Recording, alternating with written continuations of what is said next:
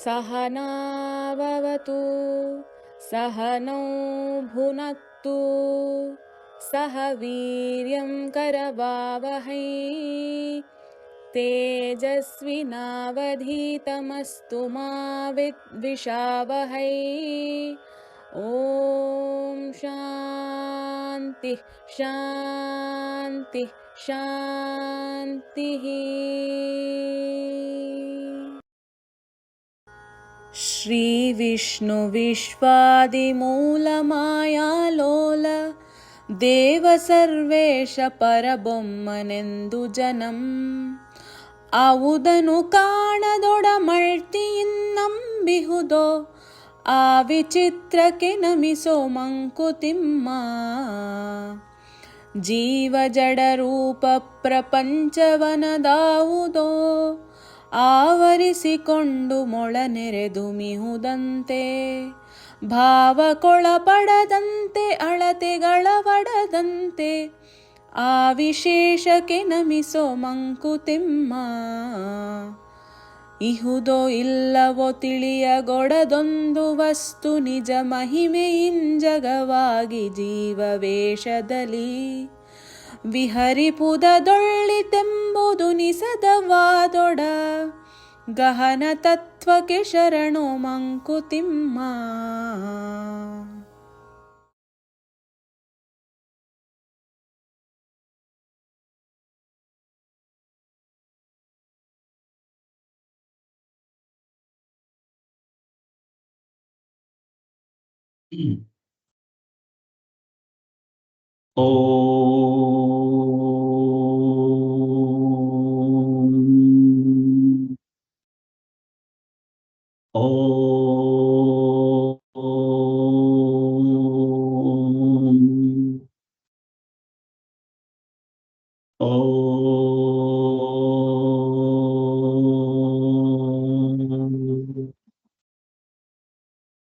ಓಂ ಸಹನಾವವತು ಸಹನೌ ಭುನಕ್ತು ಸಹ ವೀರ್ಯಂ ಕರವಾವಹೈ ತೇಜಸ್ವಿನಾವಧೀತಮಸ್ತು ಮಾ ವಿದ್ವಿಷಾವಹೈ. ಓಂ ಶಾಂತಿ ಶಾಂತಿ ಶಾಂತಿ. ಸದಾಶಿವಸಮಾರಂಭಾಂ ಶಂಕರಾಚಾರ್ಯ ಮಧ್ಯಮಾಂ ಅಸ್ಮದಾಚಾರ್ಯ ಪರ್ಯಂತಾಂ ವಂದೇ ಗುರುಪರಂಪರಾಂ. ಯಸ್ಯಾಂತಾನಾದಿಮದ್ಯಂ ನ ಹಿ ಕರಚರಣಂ ನಾಮ ಗೋತ್ರಂ ನ ಸೂತ್ರಂ ನೋ ಜಾತಿರ್ನೈವ ವರ್ಣಾನುಭವತಿ ಪುರುಷೋ ನಾನುಪಂಸಂ ನ ಚ ಸ್ತ್ರೀನಾಕಾರಂ ನಾವಿಕಾರಂ ನ ಹಿ ಜನನಿ ಮರಣಂ ನಾಸ್ತಿ ಪುಣ್ಯಂ ನ ಪಾಪಂ ನೋ ತತ್ವಂ ತತ್ವಮೇಕಂ ಸಹಜ ಸಮರಸಂ ಸದ್ಗುರುಂ ತ್ವಂ ನಮಾಮಿ ಸದ್ಗುರುಂ ತ್ವಂ ನಮಾಮಿ. ಸನಾತನ ಧರ್ಮ ಶಂಕರಾಚಾರ್ಯರು ಮತ್ತು ನಮ್ಮ ಎಲ್ಲಾ ಗುರುಗಳಿಗೂ ನಮಸ್ಕಾರ ಮಾಡ್ತಾ ಇವತ್ತಿನ ಮಂಕುತಿಮ್ಮನ ಕಗ್ಗದ 7ನೇ ಉಪನ್ಯಾಸ. ಇದಕ್ಕೆ ನಿಮ್ಗೆಲ್ಲರಿಗೂ ಸ್ವಾಗತ. ಇನ್ನೊಂದು 3 ಉಪನ್ಯಾಸ ಮಾಡಿ ಮಂಕುತಿಮ್ಮನ ಕಗ್ಗನ ಮುಗಿಸ್ಬೇಕು ಅಂತ ಇದ್ದೀನಿ. ಇನ್ನೊಂದು 3 ತರಗತಿ ಮಾಡಿ ಇದನ್ನು ಮುಗಿಸಿ ಮತ್ತೆ ನಾನು ಈ ಆತ್ಮ ಜ್ಞಾನದ ವಿಚಾರಗಳನ್ನ ತತ್ವಬೋಧ, ಆಮೇಲೆ ಅಷ್ಟಾಂಗ ಯೋಗ, ಪತಂಜಲಿ ಅಷ್ಟಾಂಗ ಯೋಗ, ಸಾಧನ ಚತುಷ್ಟಯ, ಇದನ್ನೆಲ್ಲ ಇನ್ನೊಂದ್ಸಲ ತಗೊಂಡು ಡೀಟೈಲ್ ಆಗಿ ಮಾಡ್ಬೇಕಂತ ಅಂದ್ಕೊಂಡಿದ್ದೀನಿ. ಸೊ ನೀವೊಂದ್ಸಲ ಕೇಳಿದ ತಕ್ಷಣ ನಿಮ್ಗೆಲ್ಲರಿಗೂ ಗೊತ್ತಿದೆ ಅನ್ನೋದಕ್ಕಿಂತ ಹೆಚ್ಚಾಗಿ ಸೊ ಪದೇ ಪದೇ ಇದನ್ನ ಕೇಳೋದ್ರಿಂದ ನಿಮ್ಮ ಮನಸ್ಸು ಇದೇ ಸಾಧನೆಯ ಮಾರ್ಗ. ಸಾಧನಾ ಚತುಷ್ಟಯ, ಅಷ್ಟಾಂಗ ಯೋಗ ಮತ್ತೆ ತತ್ವಬೋಧ, ಸೊ ಮತ್ತೆ ವೇದಾಂತದ ಪರಿಚಯ. ಸೊ ಈ 4 ವಿಚಾರಗಳನ್ನು ತಗೋಬೇಕು ಅಂತ ಅನ್ಸ್ಕೊಂಡಿದ್ದೀನಿ. ಸೊ ಈ 3 ತರಗತಿ ಆದ್ಮೇಲೆ ಅದಕ್ಕೆ ನಿಮಗೆ ಪರಿಚಯ ಇರೋರು ಎಲ್ರಿಗೂ ಕಳಿಸಿ ಎಲ್ಲರನ್ನು ಹೆಚ್ಚಿನ ಸಂಖ್ಯೆಯಲ್ಲಿ ಸೇರ್ಕೊಳ್ಳೋ ತರ ಮಾಡಿ, ಅವ್ರಿಗೆಲ್ಲ ಉಪಯೋಗ ಆಗೋ ತರ ಮಾಡಿ. ನಾನು ಒಂದ್ಸಲ ಮಾಡಿದ್ದೀನಿ ಸಾಧನ ಚತುಷ್ಟಯ ಅಥವಾ ಇದೆಲ್ಲ ಮಾಡಿದ್ದೀನಿ, ಎಲ್ಲಾ ತರ 2-3 ಸಲ ಮಾಡಿದ್ದೀನಿ. ಆದ್ರೆ ಇದು ಹೊಸದಾಗಿ ಏನಿರುತ್ತೆ ಅಂದ್ರೆ ಪ್ರತಿ ಸಲ ಮಾಡುವಾಗ್ಲೂ ನಾನು ಹೊಸದಾಗಿ ಅದರದ ಒಳಗಡೆನೆ ತಿರುಳು ಹಾಗೆ ಇದ್ರೂ ಅದನ್ನ ಹೇಳುವಂತ ಒಂದು ವಿಚಾರಧಾರೆ ಬೇರೆ ಬೇರೆ ತರ ಇದ್ದು ಮನಸ್ಸಿಗೆ ಮುಟ್ಟೋ ತರ ಹೊಸದಾಗಿ ನಡೀತಾ ಇರುತ್ತೆ. ನನ್ನ ಮನಸ್ಸಲ್ಲಿ ಅವತ್ತಿನ ದಿವಸ ಏನು ಬರುತ್ತೆ ಹೊಸದಾಗಿ ವಿಚಾರಗಳು, ಅದಕ್ಕೆ ಏನು ಉದಾಹರಣೆ ಕೊಡ್ಬೋದು ಅದೆಲ್ಲ ನಾನೇನು ಇವತ್ತು ರೆಡಿ ಆಗಿರಲ್ಲ. ಆ ಗಳಿಗೆನಲ್ಲಿ ನನಗೆ ಏನು ತೋಚತ್ತೆ ಅದನ್ನ ನಾನು ಮಾತಾಡ್ತಾ ಇರ್ತೀನಿ. ಆದ್ರೆ ಆ ತಿರಳು, ಆ ಸೆಂಟ್ರಲ್ ಮೀನಿಂಗ್ ಬಿಟ್ಟು ಆಚೆ ಕಡೆ ಹೋಗಬಾರ್ದು. ಸೊ ಹಾಗಾಗಿ ಆತ್ಮಜ್ಞಾನದ ಈ 4 ಟಾಪಿಕ್ಗಳು ಇದೆ. ವೇದಾಂತದ ಸ್ವಲ್ಪ ಪರಿಚಯ, ಸೂಕ್ಷ್ಮ ಪರಿಚಯ, ಅದಾದ್ಮೇಲೆ ಸಾಧನ ಚತುಷ್ಟಯ, ಆಮೇಲೆ ಅಷ್ಟಾಂಗ ಯೋಗ, ಆಮೇಲೆ ತತ್ವಬೋಧ ಪೂರ್ತಿ. ಸೊ ಇದೆಲ್ಲ ಬಹಳ ಗಹನವಾದ ವಿಚಾರಗಳು, ತುಂಬಾ ಆಳವಾದ ವಿಚಾರಗಳು. ಸೊ ಎಲ್ರಿಗೂ ಬೇಕಾಗಿರುವಂತ ವಿಚಾರ. ಭಗವದ್ಗೀತೆ ಅರ್ಥ ಆಗ್ಬೇಕಾದ್ರೆ ಇದನ್ನ ಕಲ್ತ್ಕೊಂಡ್ರೆ ಅರ್ಥ ಆಗೋದು ಈ ವಿಚಾರಗಳನ್ನ. ಸೊ ಹಾಗಾಗಿ ಎಲ್ರೂ ಸೇರ್ಕೊಳ್ಳಿ ಹೆಚ್ಚಿನ ಸಂಖ್ಯೆಯಲ್ಲಿ. ತಿರ್ಗಾ ಒಂದ್ಸಲ ಕೇಳಿದ್ರು ಪರವಾಗಿಲ್ಲ, ಇನ್ನೂ ಒಂದ್ಸಲ ನೀವು ಕೇಳಿ ಮಾಡಿ ಆಗುತ್ತೆ. ಸೊ ಇವತ್ತಿನ ತರಗತಿಗೆ ನಾವು ಹೋಗೋಣ. ಆಲ್ರೆಡಿ 2 ವಾರ 1ನೇ ತಾರೀಕು ಮಾರ್ಚು ರಾಗಿಗುಡ್ಡದಲ್ಲಿ ನಮಗೆ ಸನ್ಮಾನ ಕಾರ್ಯಕ್ರಮ ಇತ್ತು. ನಾವು ಕಂಟಿನ್ಯೂಸ್ ಆಗಿ ರಾಗಿಗುಡ್ಡದಲ್ಲಿ ಉಪನ್ಯಾಸ ಮಾಡ್ತಾ ಇರೋದ್ರಿಂದ ಅವರು 1 ವರ್ಷಕ್ಕೆ ಒಂದ್ಸಲನೋ ಏನಾದ್ರೂ ಸನ್ಮಾನ ಮಾಡಬೇಕು ಅಂತ ಅವ್ರು ಮಾಡಿದ್ರು. ಸೊ ಹೋದ ವರ್ಷದ 2023ನೇ ಇಸ್ವಿನಲ್ಲಿ ಏನ್ ಮಾಡಿದೀವಿ ಅದಕ್ಕೆ ಅವರ ಕೃತಜ್ಞತೆಯನ್ನ ಅವರು ಸಲ್ಲಿಸಿದ್ರು. ಸೊ ನೆಕ್ಸ್ಟ್ 8ನೇ ತಾರೀಕು ಮಾಡೋಣ ಅಂತ ಇದ್ದೆ ತರಗತಿನ, ಶುಕ್ರವಾರ. ಅವತ್ತೆಲ್ಲ ತುಂಬಾ ಜನ ಮಹಾಶಿವರಾತ್ರಿ ಪ್ರಯುಕ್ತ ನಮ್ಗೆ ಕೆಲಸ ತುಂಬಾ ಇದೆ, ನಿಮ್ ಕ್ಲಾಸ್ ಮಿಸ್ ಮಾಡ್ಕೊಳಕ್ ಇಷ್ಟ ಇಲ್ಲ, ದಯವಿಟ್ಟು ಮುಂದೆ ಹಾಕಿ ಅಂತ. ಸೊ ಹಾಗಾಗಿ ಅವತ್ತು ರಜಾ ಆಗಿ ಈಗಾಗ್ಲೇ 2 ವಾರ ಆಗೋಯ್ತು. ಈಗ 23ನೇ ತಾರೀಕು ಫೆಬ್ರವರಿನಲ್ಲಿ ಮಾಡಿದ್ದ ಆಲ್ರೆಡಿ ಮಂಕುತಿಮ್ಮನ ಕಗ್ಗ ಎಲ್ಲ ಮರ್ತೋಗಿರ್ಬೋದು. ಸೊ ಏನಿಲ್ಲ, ಪ್ರತಿಯೊಂದು ಹೊಸನೇ ಕಗ್ಗ, ಪ್ರತಿಯೊಂದು ಕಗ್ಗದಲ್ಲೂ ಹೊಸ ವಿಚಾರಗಳಿರುತ್ತೆ. ಸೊ ಮಂಕುತಿಮ್ಮನ ಕಗ್ಗ ಇವತ್ತಿನ ತನಕ ನಾವು ನೋಡಿರೋದೆಲ್ಲ ಮನಸ್ಸು ಹೇಗೆಲ್ಲ ತಂಟೆ ಮಾಡುತ್ತೆ, ಹೇಗೆಲ್ಲ ರಗಳೆ ಮಾಡುತ್ತೆ, ಮನಸ್ಸಿನ ಗುಣಗಳು ಹೇಗಿದೆ, ಅದನ್ನ ನಾವು ಹೇಗೆ ಪ್ರಪಂಚದ ಜೊತೆ ಒಗ್ಗಿಸ್ಕೊಂಡು, ನನ್ನ ಜೊತೆಗೂ ನಾನು ಒಗ್ಗಿಸ್ಕೊಂಡು ನಾನು ಹೇಗೆ ಜೀವನ ಮಾಡಿ ಮೋಕ್ಷದ ಕಡೆಗೆ ನಾನು ತಗೊಂಡು ಹೋಗ್ಬೇಕು ಅಂತ ಹೇಳೋ ವಿಚಾರಗಳು. ಮೋಕ್ಷದ ವಿಚಾರಗಳು ಇನ್ನು ಮುಂದಿನ 3 ತರಗತಿಗಳಲ್ಲಿ ಅವರು ಈ ಸಾಧನೆ, ಮೋಕ್ಷ ಸಾಧನೆ ಬಗ್ಗೆ ಏನ್ ಮಾಡ್ಬೇಕು ಅನ್ನೋದನ್ನ ಅಂತ ವಿಚಾರಗಳನ್ನ ಹುಡುಕಿ ನಾನು ಆ ವಿಚಾರಗಳನ್ನು ಮಾಡಿ 10 ತರಗತಿನಲ್ಲಿ ಮಂಕುತಿಮ್ಮನ ಕಗ್ಗ ಮುಗಿಸ್ಬೇಕು ಅಂತ ಇದ್ದೆ. ಇವತ್ತು 7ನೇ ತರಗತಿ. ಸೊ ಇನ್ 3 ತರಗತಿನಲ್ಲಿ ಮುಗಿಸ್ತೀನಿ. ಸೊ ಈಗ ನೋಡೋಣ. ಹಾಗಾಗಿ ಮಂಗಳಾಚರಣೆ ಶ್ಲೋಕ ಹೇಳೋಣ. ಶ್ರೀ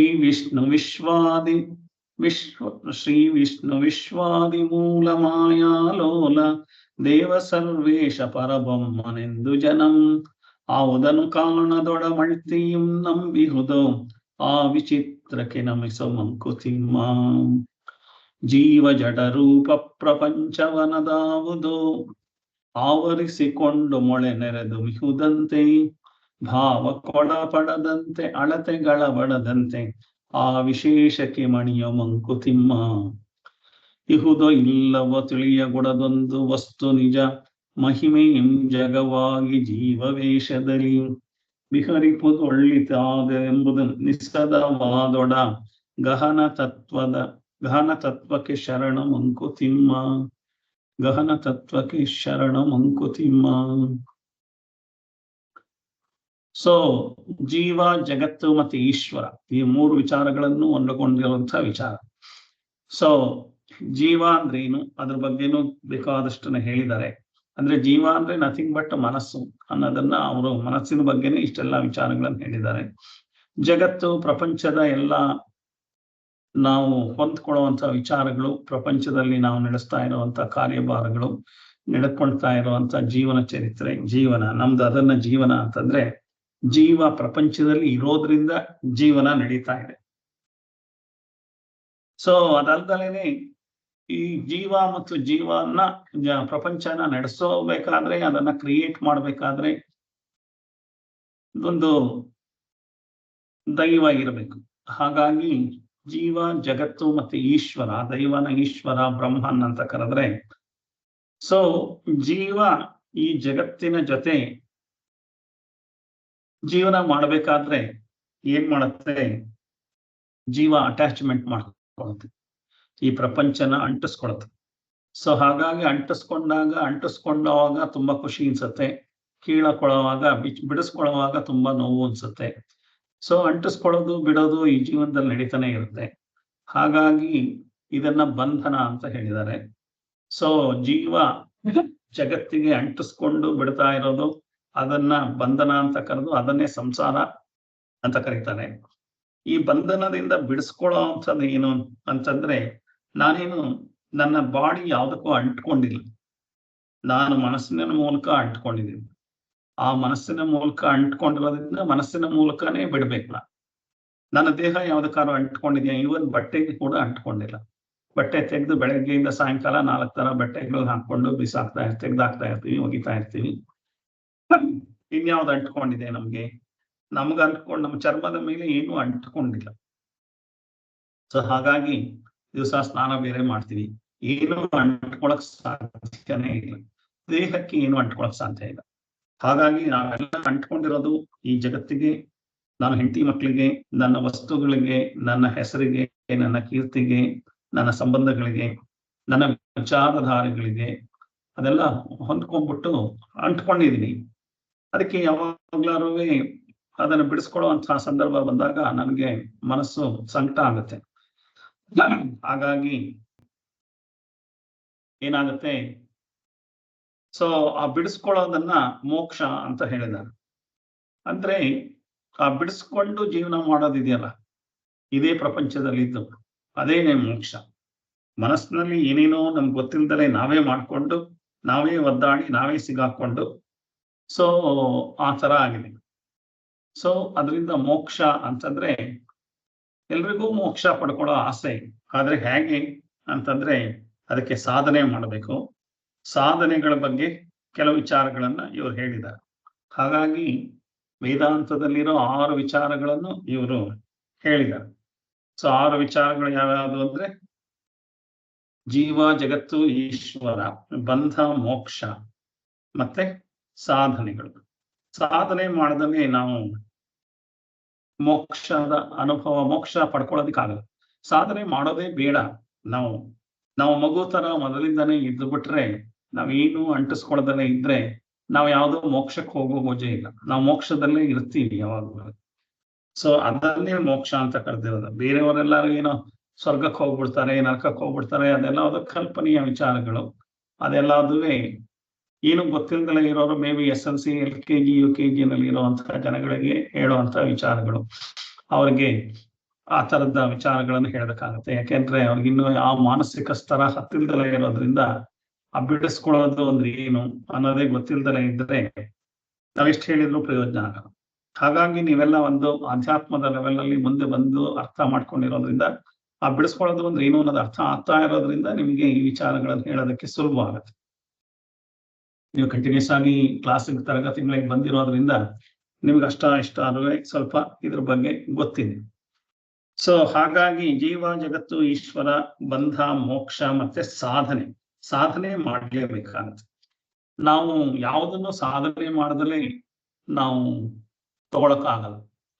ಫಾರ್ ಎಕ್ಸಾಂಪಲ್, ಮಗು ಕೂಡ ನಿಂತ್ಕೊಳ್ಬೇಕಾದ್ರೆ ಪಾಪ ಅಂಬೆಗಾಲಿಟ್ಟು ಅದು ಬ್ಯಾಲೆನ್ಸ್ ಮಾಡಿ ಮುಂದಕ್ಕೆ ನಡೆಯೋದನ್ನ ಕಲಿಬೇಕಾದ್ರೆ ಎಷ್ಟೊಂದು ಕಷ್ಟಪಡ್ತಲ್ವ. ಅದು ಸಾಧನೆ ಮಾಡ್ತಾ ಇದೆ. ಸಾಧನೆ ಅನ್ನೋದು ಅದಕ್ಕೆ ಗೊತ್ತಿಲ್ಲ, ಎಳೆ ಮಗು ಅದು. ಆದ್ರೆ ಅಷ್ಟು ಕಷ್ಟವಾದ ಕ್ರಿಯೆಯನ್ನ ಅದು ಸುಲಭವಾಗಿ ಮಾಡುತ್ತೆ. ಯಾಕೆಂದ್ರೆ ಅದಕ್ಕೆ ಅಹಂಕಾರ ಇಲ್ಲ. ಸೊ ಅದ್ರ ಪಾಡಿಗೆ ಅದು ಎದ್ದು ನಿಂತ್ಕೊಂಡು, ನಡ್ಕೊಂಡು, ಹೊಸಲು ದಾಟ್ತು, ಅದಾಯ್ತು, ಇದಾಯ್ತು ಅಂತ. ಹಾಗೆ ಊಟ ಮಾಡೋದನ್ನ ಕಲಿಯುತ್ತೆ. ಸೊ ಊಟ ಮಾಡಿ ಮಾತಾಡೋದನ್ನ ಕಲಿಯುತ್ತೆ. ಎಷ್ಟೆಷ್ಟು ಕಷ್ಟವಾದ ವಿಚಾರಗಳನ್ನ ಎಷ್ಟು ಸುಲಭವಾಗಿ ಕಲಿಯುತ್ತೆ. ಆದ್ರೆ ದೊಡ್ಡವರಾದ್ಮೇಲೆ ನಾವು ಯಾವುದನ್ನು ಕಷ್ಟವಾದನ್ನು ಕಲಿತೇ ಇಲ್ಲ. ಸೊ ದೊಡ್ಡವರಾದ್ಮೇಲೆ ಕಲ್ತಿರೋದೆಲ್ಲ ಅಹಂಕಾರ ಬಂದ್ಬಿಟ್ಟಿರುತ್ತೆ. 7 ವರ್ಷ 8 ವರ್ಷ ಆಗೋ ಹೊತ್ತಿಗೆ ಮಗುಗೆ ಅಹಂಕಾರ ಡೆವಲಪ್ ಆಗುತ್ತೆ. ಹಾಗಾಗಿ ನಾನೊಂದು 25 ವರ್ಷ 30 ವರ್ಷ ಆಗೋತ್ತಿಗೆ ಅಹಂಕಾರ ಬಲವಾಗ್ಬಿಟ್ಟಿರುತ್ತೆ. ಆ ಬಲವಾದ ಅಹಂಕಾರದಲ್ಲಿ ನಾವು ಏನು ಕಲ್ತಿರಲ್ಲ. ಬರೀ ಡಿಗ್ರಿ ಸರ್ಟಿಫಿಕೇಟ್ ಕೊಂಡ್ಕೊಂಡಿರ್ಬೋದು, ಅಥವಾ ಪಡ್ಕೊಂಡಿರ್ಬೋದು, ಅಥವಾ ನಾವು ಒಂದು ಕೆಲಸ ಗಿಟ್ಟಿಸ್ಕೊಂಡಿರ್ಬೋದು, ಅಥವಾ ಒಂದು ಮದುವೆ ಮಾಡ್ಕೊಂಡಿರ್ಬೋದು ಮಕ್ಕಳನ್ನ. ಅದೆಲ್ಲ ಅದು ಏನು ನಾನೇನು ಕಲ್ತಿರುವಂತ ವಿಚಾರ ಇಲ್ಲ. ಅದೆಲ್ಲ ಸಂದರ್ಭಗಳು, ಸನ್ನಿವೇಶಗಳು ಬರ್ತಾ ಇದೆ, ಅದ್ರ ಜೊತೆ ಹೋಗ್ತಾ ಇದೆ. ಹಾಗಾಗಿ ನಾವೇ ಕಷ್ಟಪಟ್ಟು ಮಗು ನಿಂತ್ಕೊಂಡು, ಅದು ಮಲಗಿದ್ದ ಮಗು ಮಗುಚ್ಕೊಂಡು ನಿಂತ್ಕೊಂಡು ಅಂಬಗಾಲಿಟ್ಟು ನಿಂತ್ಕೊಂಡು ನಡೆಯೋದನ್ನ ಬ್ಯಾಲೆನ್ಸ್ನ ಕಲಿಯೋದು ಎಷ್ಟು ಕಷ್ಟದ ಕೆಲಸ ಅನ್ನೋದನ್ನ ನೀವು ವಿಚಾರ ಮಾಡಿ. ಆ ತರದ ವಿಚಾರನ ನಾವು ಯಾವ್ದಾದ್ರು ಕಲ್ತಿದೀವ? ಇಲ್ಲ. ಆ ತರದ ವಿಚಾರ ಯಾವ್ದನ್ನು ಕಲಿಯಕ್ ಹೋಗೇ ಇಲ್ಲ. ಅಷ್ಟು ಕಷ್ಟವಾದ ವಿಚಾರ. ದೊಡ್ಡವರಾದ್ಮೇಲೆ ಇಲ್ಲ ಸರ್ ನಾನು ಸ್ಕೂಟರ್ ಕಲ್ತಿದ್ದೀನಿ, ಸೈಕಲ್. ದೊಡ್ಡವರಾದ್ಮೇಲೆ ಅದೆಲ್ಲ ಅದು ಆರ್ಡಿನರಿ ಆಗುತ್ತೆ. ದೊಡ್ಡವರಾದ್ಮೇಲೆ ಆ ಮಗುವಿಗೆ ಅಷ್ಟು ದೊಡ್ಡ ವಿಚಾರ ಹೇಗೆ ಕಲಿತೋ, ದೊಡ್ಡವರಾದ್ಮೇಲೆ ಅಷ್ಟು ದೊಡ್ಡ ವಿಚಾರನ ಕಲಿಬೇಕು. ಅಷ್ಟು ದೊಡ್ಡ ವಿಚಾರಗಳನ್ನು ಯಾವ್ದನ್ನು ನಾವು ಕಲಿಯೋದಕ್ಕೆ ಹೋಗಿಲ್ಲ. ನಾವು ಸುಮ್ಮನೆ ಟೈಮ್ ಪಾಸ್ ಮಾಡಿಕೊಂಡು ಏನೋ ನಮ್ಮ ಇಂದ್ರಿಯ ಸುಖಗಳನ್ನ ಅದೇ ಸುಖ ಅಂದ್ಕೊಂಡು, ಇಂದ್ರಿಯಗಳ ಸುಖನೇ ಸುಖ ಅಂತ ಅಂದ್ಕೊಂಡಿದೀವಿ. ಇಂದ್ರಿಯ ಸುಖ ಸುಖ ಅಲ್ಲ ಅನ್ನೋದು ನಮ್ಗೆ ಗೊತ್ತಾಗ್ತಾ ಇದ್ರು ಅದನ್ನ ಒಪ್ಕೊಳಕ್ಕೂ ರೆಡಿ ಇಲ್ಲ ನಾವು. ಸೊ ಇಂದ್ರಿಯ ಸುಖಗಳು ಯಾವಾಗ್ಲೂ ನನಗೆ ಯಾವುದು ಇಂದ್ರಿಯ ಸುಖ, ಅದು ಬೇಕು ಇದು ಬೇಕು ಅನ್ನೋದೆಲ್ಲ ಇತ್ತು. ಆ ಬೇಕು ಅನ್ನೋದೆಲ್ಲ ಸಿಕ್ಕಾಯ್ತು. ಸೊ ನನಗೆ ಇದೇ ಇಂದ್ರಿಯಗಳು ಬೇಕು ಅಂದಿದ್ದೆಲ್ಲ ಅದು ಸಿಕ್ಕಿದ ಆದ್ಮೇಲೆ ಕೂಡ ಯಾಕೆ ಒದ್ದಾಡ್ತಾ ಇದ್ದೀನಿ? ಮತ್ತೆ ಸುಖ ಸಿಕ್ಕಿಲ್ವಲ್ಲ. ಸಿಕ್ಕಿದ ತಕ್ಷಣ ಇನ್ನೂ ಒಂಚೂರು ಸುಖ ಸಿಕ್ತು, ಆಮೇಲೆ ಅದ್ರೊಳಗಿಲ್ಲ, ಅದಕ್ಕಿನ್ನ ಇನ್ನೂ ಹೆಚ್ಚಿನ ಬೇಕು, ಅದಕ್ಕಿನ್ನ ಇನ್ನೂ ಜಾಸ್ತಿ ಬೇಕು, ಸೊ ಅದಕ್ಕಿನ್ನ ಇನ್ನೂ ಹೊಸ ತರದ್ ಬೇಕು.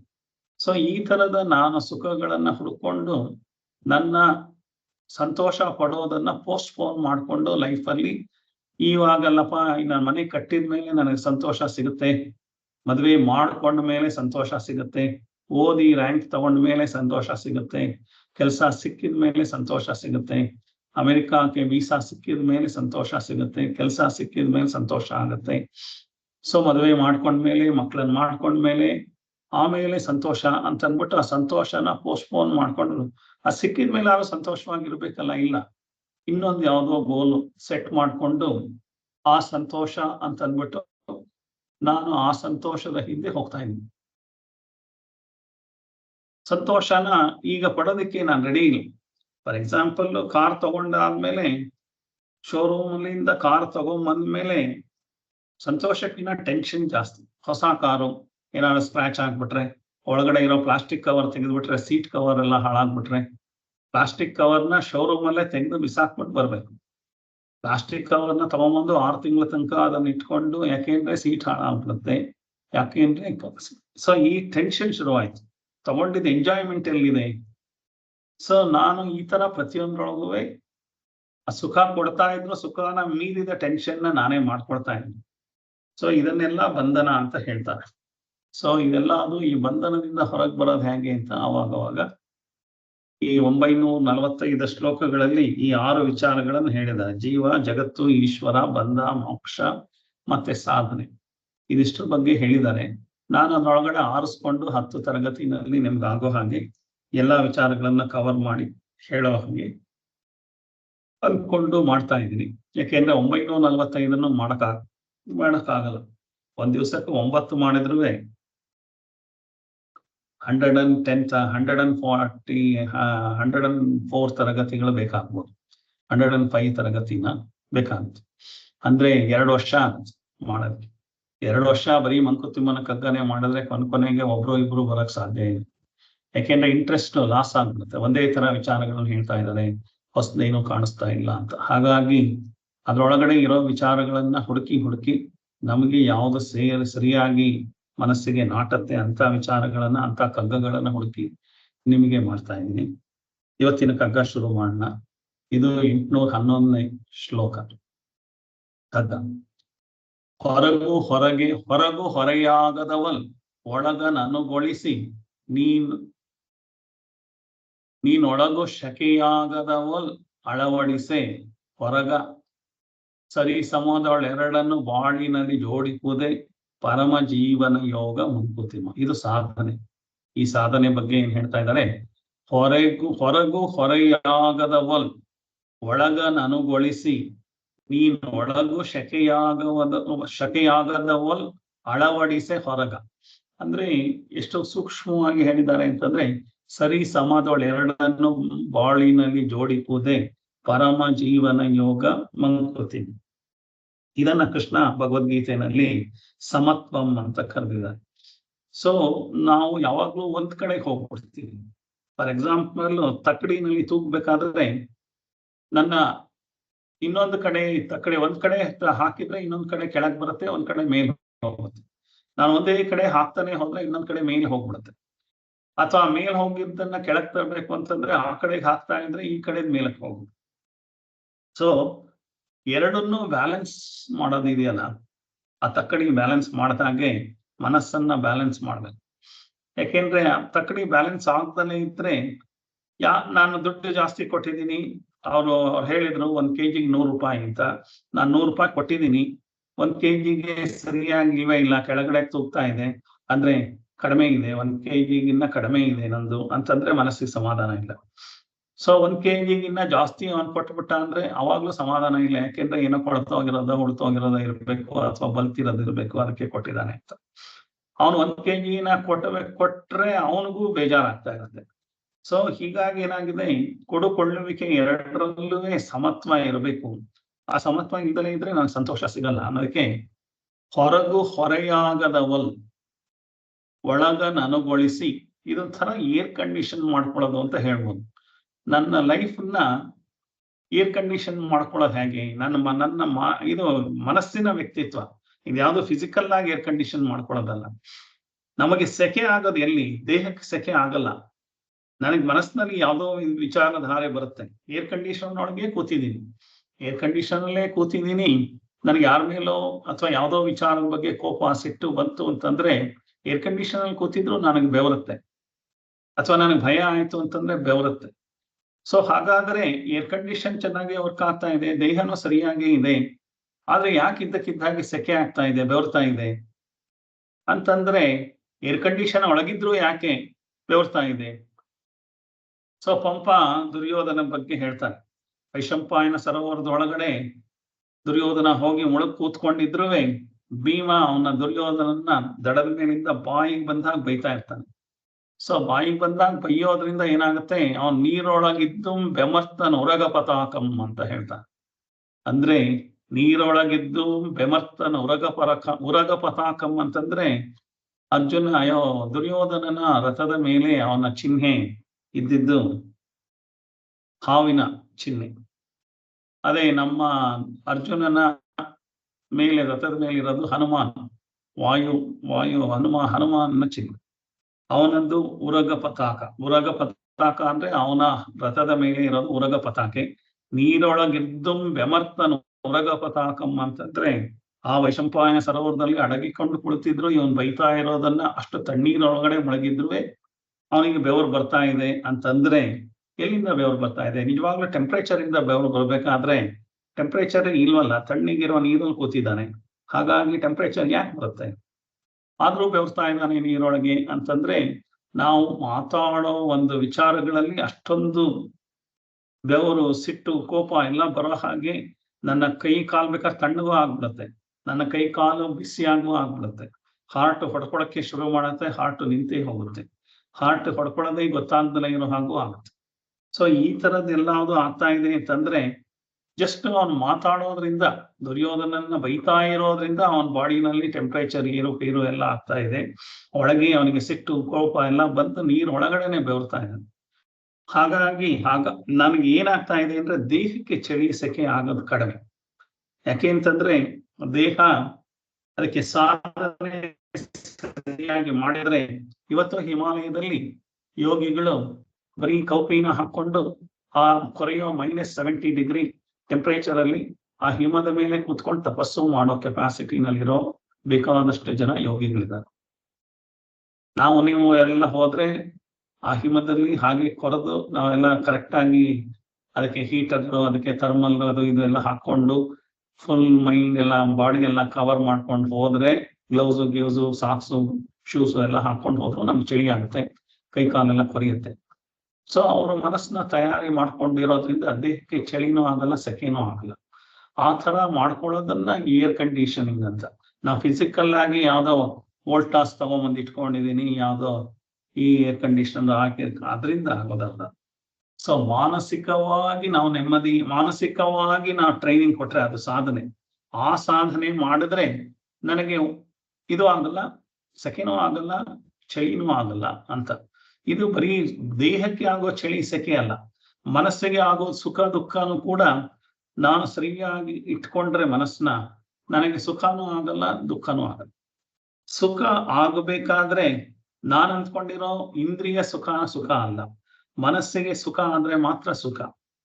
ಸೊ ನನಗೆ ಇಂದ್ರಿಯ ಸುಖಗಳು, ಪಂಚೇಂದ್ರಿಯಗಳಿಗೆ ಬೇಕಾದ್ದನ್ನ ಕೊಡ್ತಾ ಇದ್ದೀನಿ, ಕೇಳಿದ್ದನ್ನ ತಿನ್ನಿಸ್ತಾ ಇದ್ದೀನಿ, ನೋಡಿದ್ದನ್ನ ಕೊಡಿಸ್ತಾ ಇದ್ದೀನಿ, ಕೇಳ್ತಾ ಇದ್ದೀನಿ. ಸೊ ಯಾವುದಿದೆ, ಶಬ್ದ, ಸ್ಪರ್ಶ, ರಸ, ರೂಪ, ಗಂಧ. ಸೊ ಇದಷ್ಟುವೇ ಕಣ್ಣು, ಕಿವಿ, ಮೂಗು, ನಾಲ್ಗೆ, ಚರ್ಮ, ಇದಿಷ್ಟು ಬೇಕು ಅಂತಂದಿದ್ದನ್ನೆಲ್ಲ ಕೊಡಿಸಿದ್ರು ಕೂಡ ನನ್ನ ಮನಸ್ಸಲ್ಲಿ ಯಾಕೋ ಹಿಂಸೆ, ನನ್ನ ಮನಸ್ಸಲ್ಲಿ ಯಾಕೋ ತಳಮಳ, ನನ್ನ ಮನಸ್ಸಲ್ಲಿ ಯಾಕೋ ಇದಾಗ್ತಾ ಇದೆ. ಹಾಗಾಗಿ ನನಗೆ ಈ ಪ್ರಪಂಚದ ಹೊರಗಡೆಯಿಂದ ಅನುಭವ ಏನಾಗ್ತಾ ಇದೆ, ಆ ಅನುಭವ ಪ್ರಪಂಚ ನನಗೆ ಮಾಡ್ತಾ ಇಲ್ಲ. ನಾನು ಅದ್ರ ಕಡೆ ಕೇಂದ್ರೀಕೃತನಾಗಿರೋದ್ರಿಂದ, ನಾನು ಅದಕ್ಕೆ ಅಂಟ್ಕೊಂಡಿರೋದ್ರಿಂದ ಆ ಪ್ರಪಂಚದ ಅನುಭವಗಳು, ಈ ಶಬ್ದ, ಸ್ಪರ್ಶ, ರಸ, ರೂಪ, ಗಂಧ ಏನಿದೆ, ಇದು ಎಲ್ಲಾದ್ರಿಂದ, ಈ ಪಂಚೇಂದ್ರಿಯಗಳಿಂದ ನನಗೆ ಹೊರಗಿನ ಪ್ರಪಂಚದ ಅನುಭವ ಬರುತ್ತೆ. ಅಷ್ಟು ಬಂದ್ರೇನು ನನಗೇನು ದುಃಖ ಆಗ್ತಿರ್ಲಿಲ್ಲ. ನನಗೆ ಇದೇ ರೀತಿ ಬರಬೇಕು ಅಂತ. ಏನಂದ್ರೆ, ಫಾರ್ ಎಕ್ಸಾಂಪಲ್, ನಮ್ಗೆ ಸೆಕೆ ಶುರುವಾಯ್ತು ಬೆಂಗಳೂರಿನಲ್ಲಿ. ನಮ್ಮ ಮನೆಯಲ್ಲಿ AC ಸರಿಯಾಗಿ ವರ್ಕ್ ಆಗ್ಬೇಕು ಅಂತಂದ್ರೆ, AC 22 ಡಿಗ್ರಿ ಟೆಂಪರೇಚರ್ ಇಟ್ಕೊಂಡು ನಾನು ಆನ್ ಮಾಡ್ಕೊಂಡ್ರೆ, ಇದ್ದಕ್ಕಿದ್ದಾಗೆ ಕರೆಂಟ್ ಹೋಗ್ಬಿಟ್ರೆ ಕರೆಂಟ್ ಹೋಗತ್ತಪ್ಪ. ಸೊ ಟೆಂಪರೇಚರು AC ಜಾಸ್ತಿ ಆಯ್ತು, AC ವರ್ಕೇ ಆಗ್ತಾ ಇಲ್ಲ.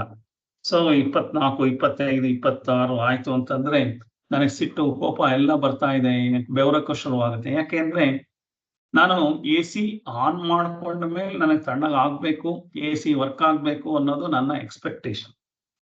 AC ವರ್ಕ್ ಆಗ್ದಲೇ ಇದ್ರೆ ನನಗೆ ಎಕ್ಸ್ಪೆಕ್ಟೇಷನ್ ಅಲ್ಲಿ ನಿಧಾನ. ಅದೇ ನಿಮ್ ಮನಸ್ಸು ಖುಷಿಯಾಗಿದ್ರೆ, ಫಾರ್ ಎಕ್ಸಾಂಪಲ್ ನಾನು ಟ್ರೆಕ್ಕಿಂಗ್ ಹೋಗ್ಬೇಕು ಅಂತಂದ್ರೆ, ಬೆಟ್ಟನೂ ಗುಡ್ಡನೂ ಹತ್ಕೊಂಡು ಬಿಸಿಲಲ್ಲಿ, ಅಷ್ಟು ರಣ ಬಿಸಿಲಲ್ಲಿ ಹೋಗ್ತಾ ಇದ್ರು, ಬೆವರ್ತಾ ಇದ್ರು ನನಗೇನು ಕಷ್ಟ ಅನ್ಸಲ್ಲ. ಯಾಕೆ ಅಂತಂದ್ರೆ ನಾನೇ ಇಷ್ಟ ಪಟ್ಕೊಂಡು ಹೋಗ್ತಾ ಇದ್ದೀನಿ.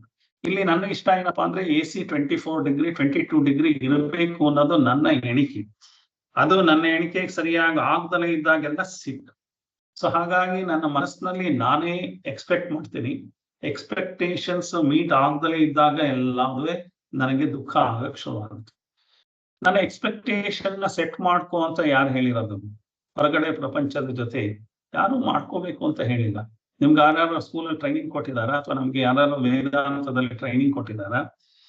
ಸೊ ನಾನು ಹೊರಗಡೆ ಪ್ರಪಂಚ ನನ್ನ ಆಸೆಗಳನ್ನೆಲ್ಲ ಪೂರೈಸಬೇಕು, ಹೊರಗಡೆ ಸಂಬಂಧಗಳು ನನ್ನ ಆಸೆಗಳನ್ನ ಪೂರೈಸಬೇಕು, ನನ್ನ ಇಚ್ಛೆಗಳನ್ನ ಪೂರೈಸಬೇಕು ಅಂತಂದ್ರೆ, ಹೊರಗಡೆ ಸಂಬಂಧಗಳು, ಹೊರಗಡೆ ಪ್ರಪಂಚ ಎಲ್ಲ ನನ್ನ ಗುಲಾಮ್ರು ಅಂತ ಅನ್ಕೊಂಡಿದ್ದೀನಿ ನಾನು ಹೇಳಿದಾಗ ಅದು ಕೇಳಬೇಕು ಅಂತ. ಹಾಗಾದ್ರೆ 850 ಕೋಟಿ 900 ಕೋಟಿ ಜನಸಂಖ್ಯೆ ಇರೋರೆಲ್ಲ ಹೇಳ್ದಾಗೆ ಈ ಪ್ರಪಂಚ ಏನಾದ್ರು ಕೇಳೋ ಹಾಗಿದ್ದಿದ್ರೆ, ಒಬ್ರಿಗೆ ಯಾವಾಗ್ಲೂ ಚಳಿ ಇರಬೇಕು, ಒಬ್ರಿಗೆ ಯಾವಾಗ್ಲೂ ಬಿಸಿಲು ಇರಬೇಕು, ಯಾವಾಗ್ಲೂ ಮಳೆ ಬರ್ತಾನೆ ಇರಬೇಕು ಅನ್ನೋರಿದ್ರೆ ಆ ಪ್ರಕೃತಿಗೆ ಏನ್ ಮಾಡ್ಬೇಕು ಅಂತ ಗೊತ್ತಾಗಲ್ಲ. ಕೆಲವರಿಗೆ ಸೂರ್ಯ ಬರ್ದಲೇ ಇದ್ರೆ ಚೆನ್ನ, ಕೆಲವರಿಗೆ ಸೂರ್ಯ ಬಂದ್ರೆ ಚೆನ್ನ. ಸೊ ಹಾಗಾದ್ರೆ ಪ್ರಕೃತಿ 900 ಕೋಟಿ ಜನದ ಎಕ್ಸ್ಪೆಕ್ಟೇಷನ್ ನ ಮೀಟ್ ಮಾಡ್ಬೇಕಾದ್ರೆ ಅದಕ್ಕೆ ಕನ್ಫ್ಯೂಷನ್ ಆಗುತ್ತೋ ಇಲ್ವೋ? ಹಾಗಾಗಿ ಪ್ರಕೃತಿ ಯಾರ ಮಾತನ್ನು ಕೇಳ್ತಾ ಇಲ್ಲ. ಪ್ರಕೃತಿ ಅದಕ್ಕೆ ಏನ್ ಬೇಕೋ ಅದು ನಡೆಸ್ತಾ ಇದೆ. ಅದು ನಮ್ಮೊಬ್ಬರಿಗೋಸ್ಕರ, ಮನುಷ್ಯ ಕುಲಕ್ಕೋಸ್ಕರ ಪ್ರಕೃತಿ ಪ್ರಪಂಚ ಇಲ್ಲ. ಎಲ್ಲ ಜೀವ ಜಂತು ರಾಶಿಗಳು ಅದೆಲ್ಲದು ಇರೋದನ್ನ ಸಮತೋಲನ ಮಾಡೋಕ್ಕೋಸ್ಕರ ಪ್ರಕೃತಿ ಅದಕ್ಕೆ ಹೇಗೆ ಬೇಕೋ ಅದು ಮಾಡ್ತಾನೆ. ಸೊ ನಾನು ಈ ಪ್ರಪಂಚಕ್ಕೆ ಬಂದಿರೋಂಥ ಅತಿಥಿ. ನಾನು ಈ ಪ್ರಪಂಚಕ್ಕೆ ಅತಿಥಿಗಳು ಮನೆಗೆ ಬಂದ್ರೆ, ನನಗೆ ಈ ತರ ಅಡಿಗೆ ಹಾಕಿ, ನನಗೆ ಈ ಕಡೆ ಮನೆಗೆ ನಿಮ್ದು ಮಂಚ ಬಿಟ್ಕೊಡಿ, ನನಗೆ ನಿಮ್ ಬಾತ್ರೂಮ್ ಬಿಟ್ಕೊಡಿ ಅಂತ ಅತಿಥಿ ಕೇಳಿದ್ರೆ ಸ್ವಲ್ಪ ಜಾಗ ಖಾಲಿ ಮಾಡ್ತೀನಪ್ಪ ಅಂತ ಹೇಳಲ್ವಾ? ಹಾಗೆ ನಾನು ಈ ಪ್ರಪಂಚದಿಂದ ಏನಾದ್ರು ಎಕ್ಸ್ಪೆಕ್ಟೇಷನ್ ಮಾಡಿ, ಜನಗಳಿಂದ, ಸಮಾಜದಿಂದ ಎಕ್ಸ್ಪೆಕ್ಟೇಷನ್ ಮಾಡಿದ್ರೆ ಜಾಗ ಖಾಲಿ ಮಾಡು ಅಂತ ಹೇಳೋ ಲೆವೆಲ್ಗೆನೆ ಶುರು ಆಗುತ್ತೆ. ಕೊನೆಗೆ ಮನೆಯಲ್ಲೇನೆ ನನ್ನ ಎಕ್ಸ್ಪೆಕ್ಟೇಷನ್ ಅತಿ ಆದ್ರೆ ನನ್ನ ಯಾರು ಕೇಳಲ್ಲ, ಉಪೇಕ್ಷೆ ಮಾಡಕ್ ಶುರು ಮಾಡ್ತಾರೆ. ಹಾಗಾಗಿ ನನ್ನ ಎಕ್ಸ್ಪೆಕ್ಟೇಷನ್ನೇ ತಪ್ಪು. ಪ್ರಪಂಚ ನನಗೆ ಯಾಕೆ ಸಹಾಯ ಮಾಡಬೇಕು? ನಾನು ಪ್ರಪಂಚಕ್ಕೆ ಅತಿಥಿಗಳ ತರ ಹೊಂದ್ಕೋಬೇಕು. ಪ್ರಪಂಚ ನಾನು ಇರೋಕ್ಕಿಂತ ಮುಂಚೆನೂ ಇತ್ತು, ಪ್ರಪಂಚ ನಾನು ಹೋದ್ಮೇಲೂ ಇರುತ್ತೆ. ಸೊ ನಾನು ಇರೋದು 100 ವರ್ಷದಲ್ಲಿ ನಾನು ಪ್ರಪಂಚಕ್ಕೆ ಹೊಂದ್ಕೋಬೇಕೇ ಹೊರತು ಅದು billions of years, not millions. Billions of ವರ್ಷಗಳಿಂದ ಇರೋವಂಥದ್ದು, ಕೋಟಿ ವರ್ಷಗಳಿಂದ ಇರುವಂತ ಪ್ರಪಂಚ ನಾನ್ 100 ವರ್ಷದಲ್ಲಿ ಇರುವಾಗ ನನಗೆ ಹೊಂದ್ಕೊಂಡ್ಬಿಡ್ಬೇಕು ಅಂತಂದ್ರೆ ನನ್ ತಪ್ಪ? ಈ ಸಮಾಜ, ಇಷ್ಟು ದೊಡ್ಡ ಸಮಾಜ ನನಗೆ ಹೊಂದ್ಕೋಬೇಕು ಅಂತಂದ್ರೆ ನನ್ ತಪ್ಪಲ್ವಾ? ಅಥವಾ ನಾನು ಸಂಬಂಧದಲ್ಲಿರೋ ಜನಗಳೆಲ್ಲ ನನಗೆ ಹೊಂದ್ಕೋಬೇಕು ಅಂದ್ರೆ ನನ್ ತಪ್ಪಲ್ವಾ? ಅದು ಹೇಗಿದೆಯೋ ಅದನ್ನ ಹಾಗೆ ನಾನು ಮನಸ್ಸಿನಲ್ಲಿ ತಗೊಳ್ಳೋದನ್ನ, ಅದನ್ನ ಸಾಧನೆ ಅಂತ ಹೇಳ್ತಾರೆ. ನನಗೆ ಬೇಕಾದ ಹಾಗೆ ಅದನ್ನ ನೋಡ್ತೀನಿ ಅಂತ ಅನ್ನೋದು, ಇಂದ್ರಿಯಗಳನ್ನ ಆ ಪ್ರಭಾವಕ್ಕೆ ಒಳಗಾಗಿದ್ದೀನಿ, ಮನಸ್ಸಿನ ಪ್ರಭಾವಕ್ಕೆ ಒಳಗಾಗಿದ್ದೀನಿ. ಹಾಗಾಗೋದ್ರಿಂದ ನನಗೆ ಸೆಕೆನೇ ಆಗದು. ಅಂದ್ರೆ ನನ್ನ ಅನುಭವಗಳು ಏನಾಗ್ತಾ ಇದೆ ಅಂತಂದ್ರೆ, ಈ ಪಂಚೇಂದ್ರಿಯಗಳಿಂದ ಆಗ್ತಾ ಇರೋ ಅನುಭವಗಳು, ಆ ಅನುಭವಗಳು ಮೇಲಿಂದ ಮೇಲೆ ನನಗೆ ಬೇಕಾದ ತರ ಆದಾಗ ನನಗೆ ಸಂತೋಷ, ಆ ಅನುಭವಗಳು ನನಗೆ ಬೇರೆ ತರ ಆದಾಗ ದುಃಖ, ಇದೆಲ್ಲ ಅದು ಆಗ್ತಾ ಇದೆ ಅಂತಂದ್ರೆ ನನಗೆ ಸುಖ ದುಃಖ ಹೊರಗಡೆ ಈ ಪ್ರಪಂಚದಿಂದ ಆಗ್ತಾ ಇಲ್ಲ. ನನ್ನ ಮನಸ್ಸಿನಲ್ಲಿ ನಾನೇನೋ ಕಲ್ಪನೆ ಮಾಡ್ಕೊಂಡಿದ್ದೀನಿ, ಹೀಗಿರ್ಬೇಕು ಅಂತ. ಅದು ಆದಾಗೆಲ್ಲ ಸಂತೋಷ ಆಗುತ್ತೆ, ಅದು ಆಗದಲೇ ಇದ್ದಾಗೆಲ್ಲ ಅದು ಸಂತೋಷ ಆಗಲ್ಲ. ಸೊ ಇದು ನನ್ನ ಸಹಜವಾಗಿ ನಡೀತಾ ಇರುವಂತ ಇದು. ಸೊ ಹಾಗಾಗಿ ಈ ತರ ಗುಣಗಳನ್ನೆಲ್ಲ ನಾನೇ ಬೆಳೆಸ್ಕೊಂಡಿರೋದು. ಸೊ ಈ ಗುಣದಲ್ಲೇ ನಾನು ನನ್ನ ಜೀವನದ ಪ್ರಯಾಣ ಮಾಡ್ತಾ ಇದ್ದೀನಿ. ಸೊ ಈ ತರ ಪ್ರತಿಯೊಬ್ಬರ ಸ್ವಭಾವ ಗುಣ, ಈ ತರ ಬದುಕುವ ಸ್ವಭಾವ ಆಗುತ್ತೆ. ಒಳಗ ನನಗೊಳಿಸಿ ಅಂತ ಹೇಳಿದ್ದಾರೆ. ಅಂದ್ರೆ ಹೊರಗಿನ ಯಾವ ವಿಚಾರವನ್ನು ಒಳಗೆ ತಂದ್ಕೋಬೇಕು ಅಂತ, ಎಷ್ಟು ತಂದ್ಕೋಬೇಕು, ಎಲ್ಲಾ ವಿಚಾರಗಳನ್ನು ಮನಸ್ಸಿನೊಳಗೆ ತಗೊಂಬ ಅಂತ ಯಾರು ಹೇಳಿದ್ದಾರೆ?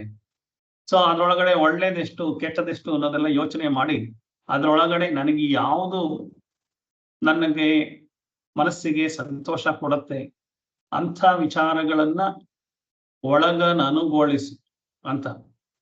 ಸೊ ಆ ಒಳಗಡೆ ಅನುಭವಿಸ್ಬೇಕಾದ್ರೆ ಅದನ್ನ ಸರಿ ಮಾಡ್ಕೋಬೇಕಾದ್ರೆ ಹೊರಗೆ ನಾನು ಸೆಕ್ಯೂರಿಟಿ ಗಾರ್ಡ್ ಹಿಡ್ದಲೇ ಇದ್ರೆ, ಮನೆಗೆ ಯಾತಕ್ಕೆ ಬೀದಿ ಬಾಗ್ಲಿಟ್ಟಿದೀವಿ, ಮನೆ ಬಾಗ್ಲೆಲ್ಲ ಹಾರ್ ಹೊಡ್ಕೊಂಡೇ ಇರ್ಬೋದು ಅಂತಂದ್ರೆ ಬೀದಿಲಿ ಹೋಗೋರೆಲ್ಲ ಮನೆಯೊಳಗೆ ಬಂದು ಬಿಡ್ತಾರೆ ಅಂತ, ಅಥವಾ ಗೇಟ್ ಹಾಕೋದು ಇಲ್ಲ ಅದು ಇರೋದು. ಸೊ ಹಾಗಾಗಿ ಬೀದಿಲಿ ಹೋಗೋ ವಿಚಾರಗಳು, ಪ್ರಪಂಚದಲ್ಲಿರೋ ವಿಚಾರಗಳೆಲ್ಲ ನನ್ನ ತಲೆಗೆ ಬರಬೇಕು, ಅದು ಬಂದು ನನ್ನ ತಲೆಯನ್ನ ಕೆಡಿಸುತ್ತೆ ಅಂತ ಅನ್ನೋದು ಬಿಟ್ಬಿಟ್ಟು ನನಗೇನೂ ಆಗಬಾರ್ದು, ನಾನು ಒಳಗಡೆ ಬಿಟ್ಕೋತೀನಿ, ನಾ ಎಲ್ಲಾ ವಿಚಾರಗಳು ಬಂದ್ರು ನನ್ನ ತಲೆ ಏನಾಗಬಾರ್ದು, ಆ ತರ ಸಾಧನೆ ಮಾಡ್ತೀನಿ. ಅದು ಆಗಕ್ಕೆ ಸಾಧ್ಯ ಇದೆ. ಸೊ ನೀವು ಅದ್ರೊಳಗೆ ಯಾವುದು ನಿಜ, ಯಾವುದು ಸತ್ಯ, ಯಾವುದು ನಿತ್ಯ, ಯಾವುದು ಟೆಂಪರರಿ, ಯಾವುದು ಪರ್ಮನೆಂಟ್, ಆ ತರ ವಿಚಾರಗಳನ್ನ ನಾವು ಮುಂದೆ ಆತ್ಮ ವಿಚಾರದಲ್ಲಿ ಆತ್ಮ ತತ್ವಬೋಧ ಈ ವಿಚಾರಗಳನ್ನ ಮಾಡುವಾಗ, ಆತ್ಮ ವಿಚಾರಗಳನ್ನ ಕಲಿಯುವಾಗ ಅದೆಲ್ಲ ಗೊತ್ತಾಗುತ್ತೆ. ಸೊ ಹಾಗೆ ನಮ್ಮ ಮೇಲೆ ಹೊರಗಡೆ ವಿಚಾರಗಳೆಲ್ಲ ಬಂದ್ರೂ ದಿವಸ ನನಗೆ ಬೇಕಾದಷ್ಟು ಟಿಕ್ ಟಾಕ್ ಅಲ್ಲಿ ಬರುತ್ತೆ, ಯೂಟ್ಯೂಬ್ ಅಲ್ಲಿ ಬರುತ್ತೆ, ಎಷ್ಟೋ ನಿಜನೇ ಇರಲ್ಲ. ನೀವು ಅರ್ಧಕ್ಕರ್ಧ ನ್ಯೂಸ್ ಚಾನಲ್ ನೋಡಿದ್ರೆ ಅರ್ಧಕ್ಕರ್ಧ ನಿಜನೇ ಇರಲ್ಲ. ಎಲ್ಲಾ ಪಾರ್ಟಿಯವರು ಅವ್ರವ್ರದೇ ನ್ಯೂಸ್ ಚಾನಲ್ ಇಟ್ಕೊಂಡಿರ್ತಾರೆ. ಅವ್ರಿಗೆ ಬೇಕಾದಾಗ ಅವ್ರು ಹೇಳ್ತಾರೆ, ಇವ್ರಿಗೆ ಬೇಕಾದಾಗ ಇವ್ರು ಹೇಳ್ತಾರೆ. ಕೊನೆಗೆ ಅದು ಸುಳ್ಳು ಅಂತ ಗೊತ್ತಾದ್ಮೇಲೆ ಯಾರೋ ಒಂದ್ ಕಡೆ ಸಣ್ಣದಾಗಿ, ನಾನು ನಿನ್ನೆ ಪ್ರಿಂಟ್ ಮಾಡಿದ್ದು ನ್ಯೂಸ್ ಪೇಪರ್ ಅಲ್ಲಿ ತಪ್ಪಾಗಿದೆ, ಇದು ಸರಿಯಾದ ಆಧಾರಗಳಿದ್ದರಿಂದ ಈ ತಪ್ಪಿಗೆ ಕ್ಷಮೆ ಕೋರುತ್ತೇವೆ ಅಂತ ಸಣ್ಣದಾಗಿ ಬರೆದಿರ್ತಾರೆ. ಆದ್ರೆ ಗಾಸಿಪ್ನ ದಪ್ಪ ಅಕ್ಷರಗಳಲ್ಲಿ ಫ್ರಂಟ್ ಪೇಜ್ ಅಲ್ಲೇ ಬರೆದಿರ್ತಾರೆ. ತಪ್ಪ ಆಗಿದೆ ಅನ್ನೋದನ್ನ ಯಾವ್ದೋ ಮಧ್ಯದಲ್ಲಿ ಯಾವ್ದೋ ಒಂದು ಸಣ್ಣದು ಪೇಜ್ ಅಲ್ಲಿ ಯಾವ್ದೋ ಅಡ್ವರ್ಟೈಸ್ಮೆಂಟ್ ಕೆಳಗಡೆನೋ ಎಲ್ಲ ಬರೆದು ಬಿಟ್ಟಿರ್ತಾರೆ, ಗೊತ್ತೇ ಆಗಲ್ಲ. ಸೊ ಹಾಗಾಗಿ ನಾವೇನ್ ಮಾಡ್ತೀವಿ, ನಮ್ಮನ್ನ ಈ ತರ ಪ್ರಪಂಚದ ಆಕರ್ಷಣೆಗಳಲ್ಲಿ ನಾನು ಮಾಡ್ಕೊಂಡ್ರೆ ನನ್ನ ಮೇಲೆ ದುಷ್ಪರಿಣಾಮ ಆಗುತ್ತೆ. ಸೊ ಪ್ರಪಂಚದಲ್ಲಿ ಕೆಟ್ಟ ವಿಚಾರಗಳಿರೋ ತಪ್ಪಲ್ಲ, ಆ ವಿಚಾರಗಳು ನನ್ನ ಮೇಲೆ ಪ್ರಭಾವ ಬೀರೋ ಹಾಗೆ ನಾನು ಒಳಗಡೆ ಬಿಟ್ಕೊಂಡು ಅದ್ರ ಜೊತೆ ಜೀವನ ಮಾಡ್ತಾ ಇರೋದು ತಪ್ಪು. ಸೊ ಹಾಗಾಗಿ ಸತ್ಸಂಗ, ಸದ್ವಿಚಾರ, ಸದಾಚಾರ, ಸಗುಣಗಳು ಎಲ್ಲದರೊಳಗೂ ನಾವು ನಿಲ್ಲಿಸ್ಕೊಂಡ್ರೆ ನಮಗೆ ಯಾವ ದುಷ್ಪರಿಣಾಮ ಆಗದಲ್ಲೇನೆ ನಮ್ಮ ಸ್ವಪ್ರಯತ್ನದಿಂದ ಮಾಡಿದ್ರೆ ಅದನ್ನ ಹೊರಗಿನ ಸಿದ್ಧತೆ ಮಾಡ್ಕೊಳ್ಳೋದು. ಹಾಗಾಗಿ ಹೊರಗಡೆನೂ ಬ್ಯಾಲೆನ್ಸ್ ಮಾಡಬೇಕು, ಒಳಗಡೆನೂ ಬ್ಯಾಲೆನ್ಸ್ ಮಾಡ್ಬೇಕು. ಹೀಗೆ ಒಳಗಡೆ ಹೊರಗಡೆ ಮಾಡೋ ಸಮನ್ವಯದನ್ನ ಅಂತರಂಗ ಮತ್ತೆ ಬಹಿರಂಗ ಶುದ್ಧಿ ಅಂತ ಹೇಳ್ತಾರೆ. ಇದೇ ಅಂತರಂಗ ಶುದ್ಧಿ, ಇದೇ ಬಹಿರಂಗ ಶುದ್ಧಿ ಅಂತ ಬಸವಣ್ಣವ್ರು ಹೇಳಿದ ಹಾಗೆ, ಕಳಬೇಡ ಒಲಬೇಡ ಹುಸಿಯ ನುಡಿಯಲು ಬೇಡ, ಅನ್ಯರಿಗ ಅಸಖ್ಯ ಪಡೆಯಬೇಡ, ತನ್ನ ಬಣ್ಣಿಸಬೇಡ, ಇದಿರ ಹಳಿಯಲು ಬೇಡ, ಇದೇ ಅಂತರಂಗ ಶುದ್ಧಿ. ಇದ್ರೊಳಗೆ ಯಾವ್ದು ಮಾಡ್ತಾ ಇಲ್ಲ ನಾವು, ಎಲ್ಲಾವುದು ಮಾಡ್ತಾ ಇದೀವಿ. ಅಂದ್ರೆ ಕಳಬೇಡ ಅಂದ್ರೆ ಕಳ್ತನ ಮಾಡ್ಬೇಡ ಅಂತ, ನಾವು ಮಾನಸಿಕವಾಗಿ ಬೇಕಾದಷ್ಟು ಕಳ್ತನಗಳನ್ನ ಮಾಡ್ತಾನೆ ಇದೀವಿ. ಸೊ ಕೊಲಬೇಡ ಅಂತಂದ್ರೆ ಯಾವ್ಯಾವ್ದನ್ನು ವಿಚಾರಧಾರೆಗಳನ್ನು ಕೊಲ್ಬೋದು, ಇನ್ನೊಬ್ಬರ ತೇಜಸ್ಸು, ಇನ್ನೊಬ್ಬರ ಅವರ ಮನಸ್ಥಿತಿನ ಕೊಲ್ತಾ ಇರ್ಬೋದು. ನಾವು ಮನುಷ್ಯರನ್ನೇ ಕೊಲ್ಲೋದು ಅಂತ ಹೇಳೋದಲ್ಲ. ಸೊ ಕಳಬೇಡ, ಕೊಲ್ಲಬೇಡ, ಹುಸಿಯ ನುಡಿಯಲು ಬೇಡ. ಸಣ್ಣ ಸಣ್ಣದಕ್ಕೂ ನಾವು ಸುಳ್ಳು ಹೇಳೋದನ್ನ ಬಹಳ ಅಭ್ಯಾಸ ಮಾಡ್ಕೊಂತಿದೀವಿ. ಹುಸಿಯ ನುಡಿಯಲು ಬೇಡ, ಅನ್ಯರಿಗೆ ಅಸಖ್ಯ ಪಡಬೇಡ, ಅದು ಮಾಡೇ ಮಾಡ್ತೀವಿ. ತನ್ನ ಬಣ್ಣಿಸಬೇಡ, ಅದೊಂದೇ ಕೆಲಸ ಮಾಡ್ತಾ ಇರೋದು ಬೆಳಗ್ಗೆಯಿಂದ. ಸೊ ನಾವು ಬಣ್ಣಿಸಬೇಡ ಅಂತಂದ್ರೆ ನನ್ನನ್ನ ಹೊಗಳ್ಕೊಳ್ಳೋದ್ರೊಳಗೆ, ಕೊಚ್ಕೊಳ್ಳೋದ್ರೊಳಗೆ, ಎಲ್ರಿಗೂ ಹೇಳಿ ನಾನು ಹ್ಯಾಕ್ ಕಾಣಿಸ್ತೀನಿ, ನಾನು ಅದ್ ಮಾಡಿದೆ, ನಾನು ಇದ್ ಮಾಡಿದೆ ಅಂತ. ತನ್ನ ಬಣ್ಣಿಸಬೇಡ, ಇದೀರ ಹಳಿಯಬೇಡ, ಬೇರೆಯವ್ರನ್ನ ಕಂಡೆಮ್ ಮಾಡಬೇಡ ಅಂದ್ರೆ ಅದನ್ನೇ ಮಾಡೋದು. ಸೊ ಇದೆಲ್ಲ ಮಾಡದಲೇ ಇದ್ದಾಗ ಇದೇ ಅಂತರಂಗ ಶುದ್ಧಿ, ಇದೇ ಬಹಿರಂಗ ಶುದ್ಧಿ ಅಂತ. ಅವಾಗ ನಮಗೆ ಸಮತ್ವ ಬರುತ್ತೆ. ಸೊ ನಾವು ಅದನ್ನೆಲ್ಲ ಮಾಡಿದ್ರೆ ನಮ್ಮ ಮನಸ್ಸಿನೊಳಗಡೆ ಅವಲಕ್ಕಿ ಭತ್ತ ಕೊಟ್ಟಿದಾಗೆ ಟಕ ಅಂತ ಇದಾಗಿ ನಮ್ಮ ಮನಸ್ಸಿನ ವಿಚಾರಗಳು ನಮಗೆ ತೊಂದರೆ ಕೊಡುತ್ತೆ. ಸೊ ಹಾಗಾಗಿ ಇದು ಮೇಲ್ನೋಟಕ್ಕೆ ಸುಲಭವಾಗಿ ಕಾಣಿಸಿದ್ರು ಏನಾಗುತ್ತೆ, ನಾವು ಹೆಚ್ಚು ಕಾಯಿಲೆ ಮಾಡ್ಕೊಂಡ್ರೆ ಸ್ವಲ್ಪ ಕಾಯಿಲೆ ಬಂದ್ರೆ ಸ್ವಲ್ಪ ಮೆಡಿಸಿನ್ ಕೊಡ್ತಾರೆ. ಕಾಯಿಲೆ ಉಲ್ಬಣ ಆದ್ರೆ ಹೈ ಡೋಸೇಜ್ ಕೊಡ್ಬೇಕಾಗತ್ತೆ. ಆ ಕಾಯಿಲೆಗಳು ಜಾಸ್ತಿಯಾಗಿ 3-4 ಕಾಯಿಲೆಗಳು ಒಟ್ಟಿಗೆ ಆಗ್ಬಿಟ್ರೆ, ಸಿಂಡ್ರೋಮ್ ತರ ಆಗ್ಬಿಟ್ರೆ ಏನಾಗುತ್ತೆ, ಅದಕ್ಕೆ ಒಂದು 25 ಮಾತ್ರೆಗಳು ಕೊಡ್ಬೇಕಾಗತ್ತೆ. ಡಯಾಬಿಟಿಸಿಗೆ ಒಂದಿಷ್ಟು, BP ಒಂದಿಷ್ಟು, ಕಿಡ್ನಿ ರಿಪೇರಿ ಮಾಡಕ್ ಒಂದಿಷ್ಟು, ಲಂಗ್ಸಿಗೆ ಒಂದಿಷ್ಟು, ಬ್ಲಡ್ ತಿನ್ನಾಗೋದಕ್ಕೆ, ದಪ್ಪ ಆಗೋದಕ್ಕೆ ಅಂತ ಒಂದು 20 ಮಾತ್ರೆಗಳು ಆಗ್ಬಿಟ್ಟು ಕಾಯಿಲೆ ವಾಸಿಯಾಗಿ ಬಂದ್ರೆ ಹೇಗಾಗುತ್ತೆ, ಸಾಧ್ಯ ಇಲ್ಲ. ಹಾಗಾಗಿ ರೋಗ ಹೆಚ್ಚಾದ್ರೆ ನಾವು ಕೊಡ್ತಾ ಇರೋ ಮೆಡಿಸಿನ್ ಜಾಸ್ತಿ ಆಗ್ಬೇಕಾಗತ್ತೆ. ಮೆಡಿಸಿನ್ ಜಾಸ್ತಿ ಆಗ್ತಿದ್ದಾಗೆ ಸೈಡ್ ಎಫೆಕ್ಟ್ ಜಾಸ್ತಿ ಆಗಿ ಪೇಷಂಟೇನೆ ಧಮಾರ್ ಆಗ್ತಾರೆ. ಸೊ ಹಾಗಾಗದಲ್ಲಿ ಇರೋ ತರ ಆಗ್ಬೇಕು ಅಂತಂದ್ರೆ ನಾನು ಹೊರಗೆ ಮತ್ತೆ ಒಳಗಡೆ ನನ್ನ ವಿಚಾರಧಾರೆಗಳನ್ನ, ನಾನು ಎದುರವಾದ ವಿಚಾರಧಾರೆಗಳು ಅಂದ್ರೆ ಪ್ರಯತ್ನ ಪೂರ್ವಕವಾಗಿ ಪ್ರಯತ್ನ ಮಾಡಿದ್ರೆ ಯಾರು ಬೇಕಾದ್ರೂ ಈ ತರ ಮಾಡ್ಬೋದು, ಸಾಧನೆ ಮಾಡ್ಬೋದು. ಏನಂತ ಹೇಳಿದ್ರು ಆ ಪದ್ಯದಲ್ಲಿ, ಅದಷ್ಟನ್ನು ನಾವು ಮಾಡಬಹುದು ಅಂತ ಅಂದ್ರೆ ಹೊರಗು ಹೊರೆಯಾಗದವಲ್ ಒಳಗ ನನುಗೊಳಿಸು. ಹೊರಗೆ ಇರೋದ್ರಿಂದ ಒಳಗಡೆನ ಸರಿ ಮಾಡ್ಕೋಬೇಕು. ಹಾಗೆ ನೀನು ಒಳಗಡೆ ಇರೋದೆಲ್ಲ ಬೇಕು ಅಂತ ನೀನು ಪ್ರಪಂಚದ ಮೇಲೇನು ಬರ ಹಾಕಾಗಿಲ್ಲ. ಆ ಒಳಗೆ ಶಕೆಯಾಗದವಲ್ ಅಳವಡಿಸಿ ಹೊರಗಡೆ ಬೇಕಾದಷ್ಟು ಅಟ್ರಾಕ್ಷನ್ ಇದೆ, ಅದೆಲ್ಲ ಬೇಕು ಅಂತ ಒಳಗಡೆ ಸರಿ ಮಾಡ್ಕೊಳೋದಲ್ಲ. ಹೊರಗಡೆ ಅಟ್ರಾಕ್ಷನ್ ಇರಲಿ, ನನ್ನ ಮನಸ್ಸನ್ನ ಸರಿಯಾಗಿ ಇಟ್ಕೋತೀನಿ ಅಂತ ಹೇಳೋದು ಒಂದಾದ್ರೆ, ಸೊ ನನಗೆ ಬೇಕಾದ್ದೆಲ್ಲ ಸಿಗ್ದಲೇ ಇದ್ದಾಗ ನನ್ನ ಒಳಗಡೆ ಎಲ್ಲ ಶೆಕೆ ಆಗ್ತಾ ಇದೆ ಅಂತ ಅಂದ್ಬಿಟ್ಟು ಏನಾದ್ರೂ ಆಗ್ಲಿ, ಕಷ್ಟಪಟ್ಟಾರಾಗ್ಲಿ, ಮೋಸ ಮಾಡೋರಾಗ್ಲಿ, ಹೊರಗಡೆ ರಿಪೇರಿ ಮಾಡ್ಕೊಂಡು ನನಗೆ ಕಾರ್ ಬೇಕು, ಬಂಗ್ಲೆ ಬೇಕು ಅಂತ ಹಠ ಮಾಡಿ ಅದನ್ನು ಪಡ್ಕೋಬಹುದು. ಹೊರಗಡೆನೂ ಪಡ್ಕೋಬಹುದು, ಹೊರಗಡೆ ಇದೆ ಇಲ್ಲ ಅಂತ ಅಂದ್ಬಿಟ್ಟು ಕೊರಗ್ತಾನು ಕೂತ್ಕೋಬಹುದು. ಎರಡು ಮಾಡದಲ್ಲೇ ಇರುವಂತಹ ವಿಚಾರ ಇದು. ಹೊರೆಯಾಗದವಲ್ ಒಳಗನ್ನು ಅಳಗೊಳಿಸಿ, ನೀನೊಳಗೋ ಸಖಿಯಾಗದವಲ್ ಅಳವಡಿಸಿ ಹೊರಗ, ಸರಿ ಸಮಾದವಳ ಎರಡನ್ನು ಬಾಳಿನಂ ಜೋಡಿಪುದೆ ಪರಮಯೋಗ ವಿಚಾರ ಜೀವನ ಯೋಗ ಮಂಕುತಿಮ್ಮ ಅಂತ. ಅಂದ್ರೆ ಈ ಪರಮ ಜೀವನ ಯೋಗ ಅಂತಂದ್ರೆ ಇದನ್ನೇ ಸಮತ್ವ ಅಂತ, ಸರಿ ಸಮಾದವಳ ಎರಡನ್ನು ಅಂತ. ಇದನ್ನ ಮಾಡೋದನ್ನೇ ನಮ್ಮ ಮೋಕ್ಷದ ಸಾಧನೆ ಅಂತ ಹೇಳಿದ್ದಾರೆ. ಇದೊಂಥರ ಏರ್ ಕಂಡೀಷನ್ ಇದ್ದಂಗೆ. ಮನೆಗೆ ಕಿಟಕಿನ ಎಲ್ಲ 3 ಅಡಿ ಮೇಲೆ ಇಟ್ಬಿಟ್ಟು ಅದ್ರ ಎದುರುಗಡೆ ಇನ್ನೊಂದು ಗೋಡೆ ಬಂದು ಇನ್ನೊಂದು ಕ್ರಾಸ್ ವೆಂಟಿಲೇಷನ್ ಇದ್ರೆ ಸೆಕೆ ಆಗುತ್ತೆ.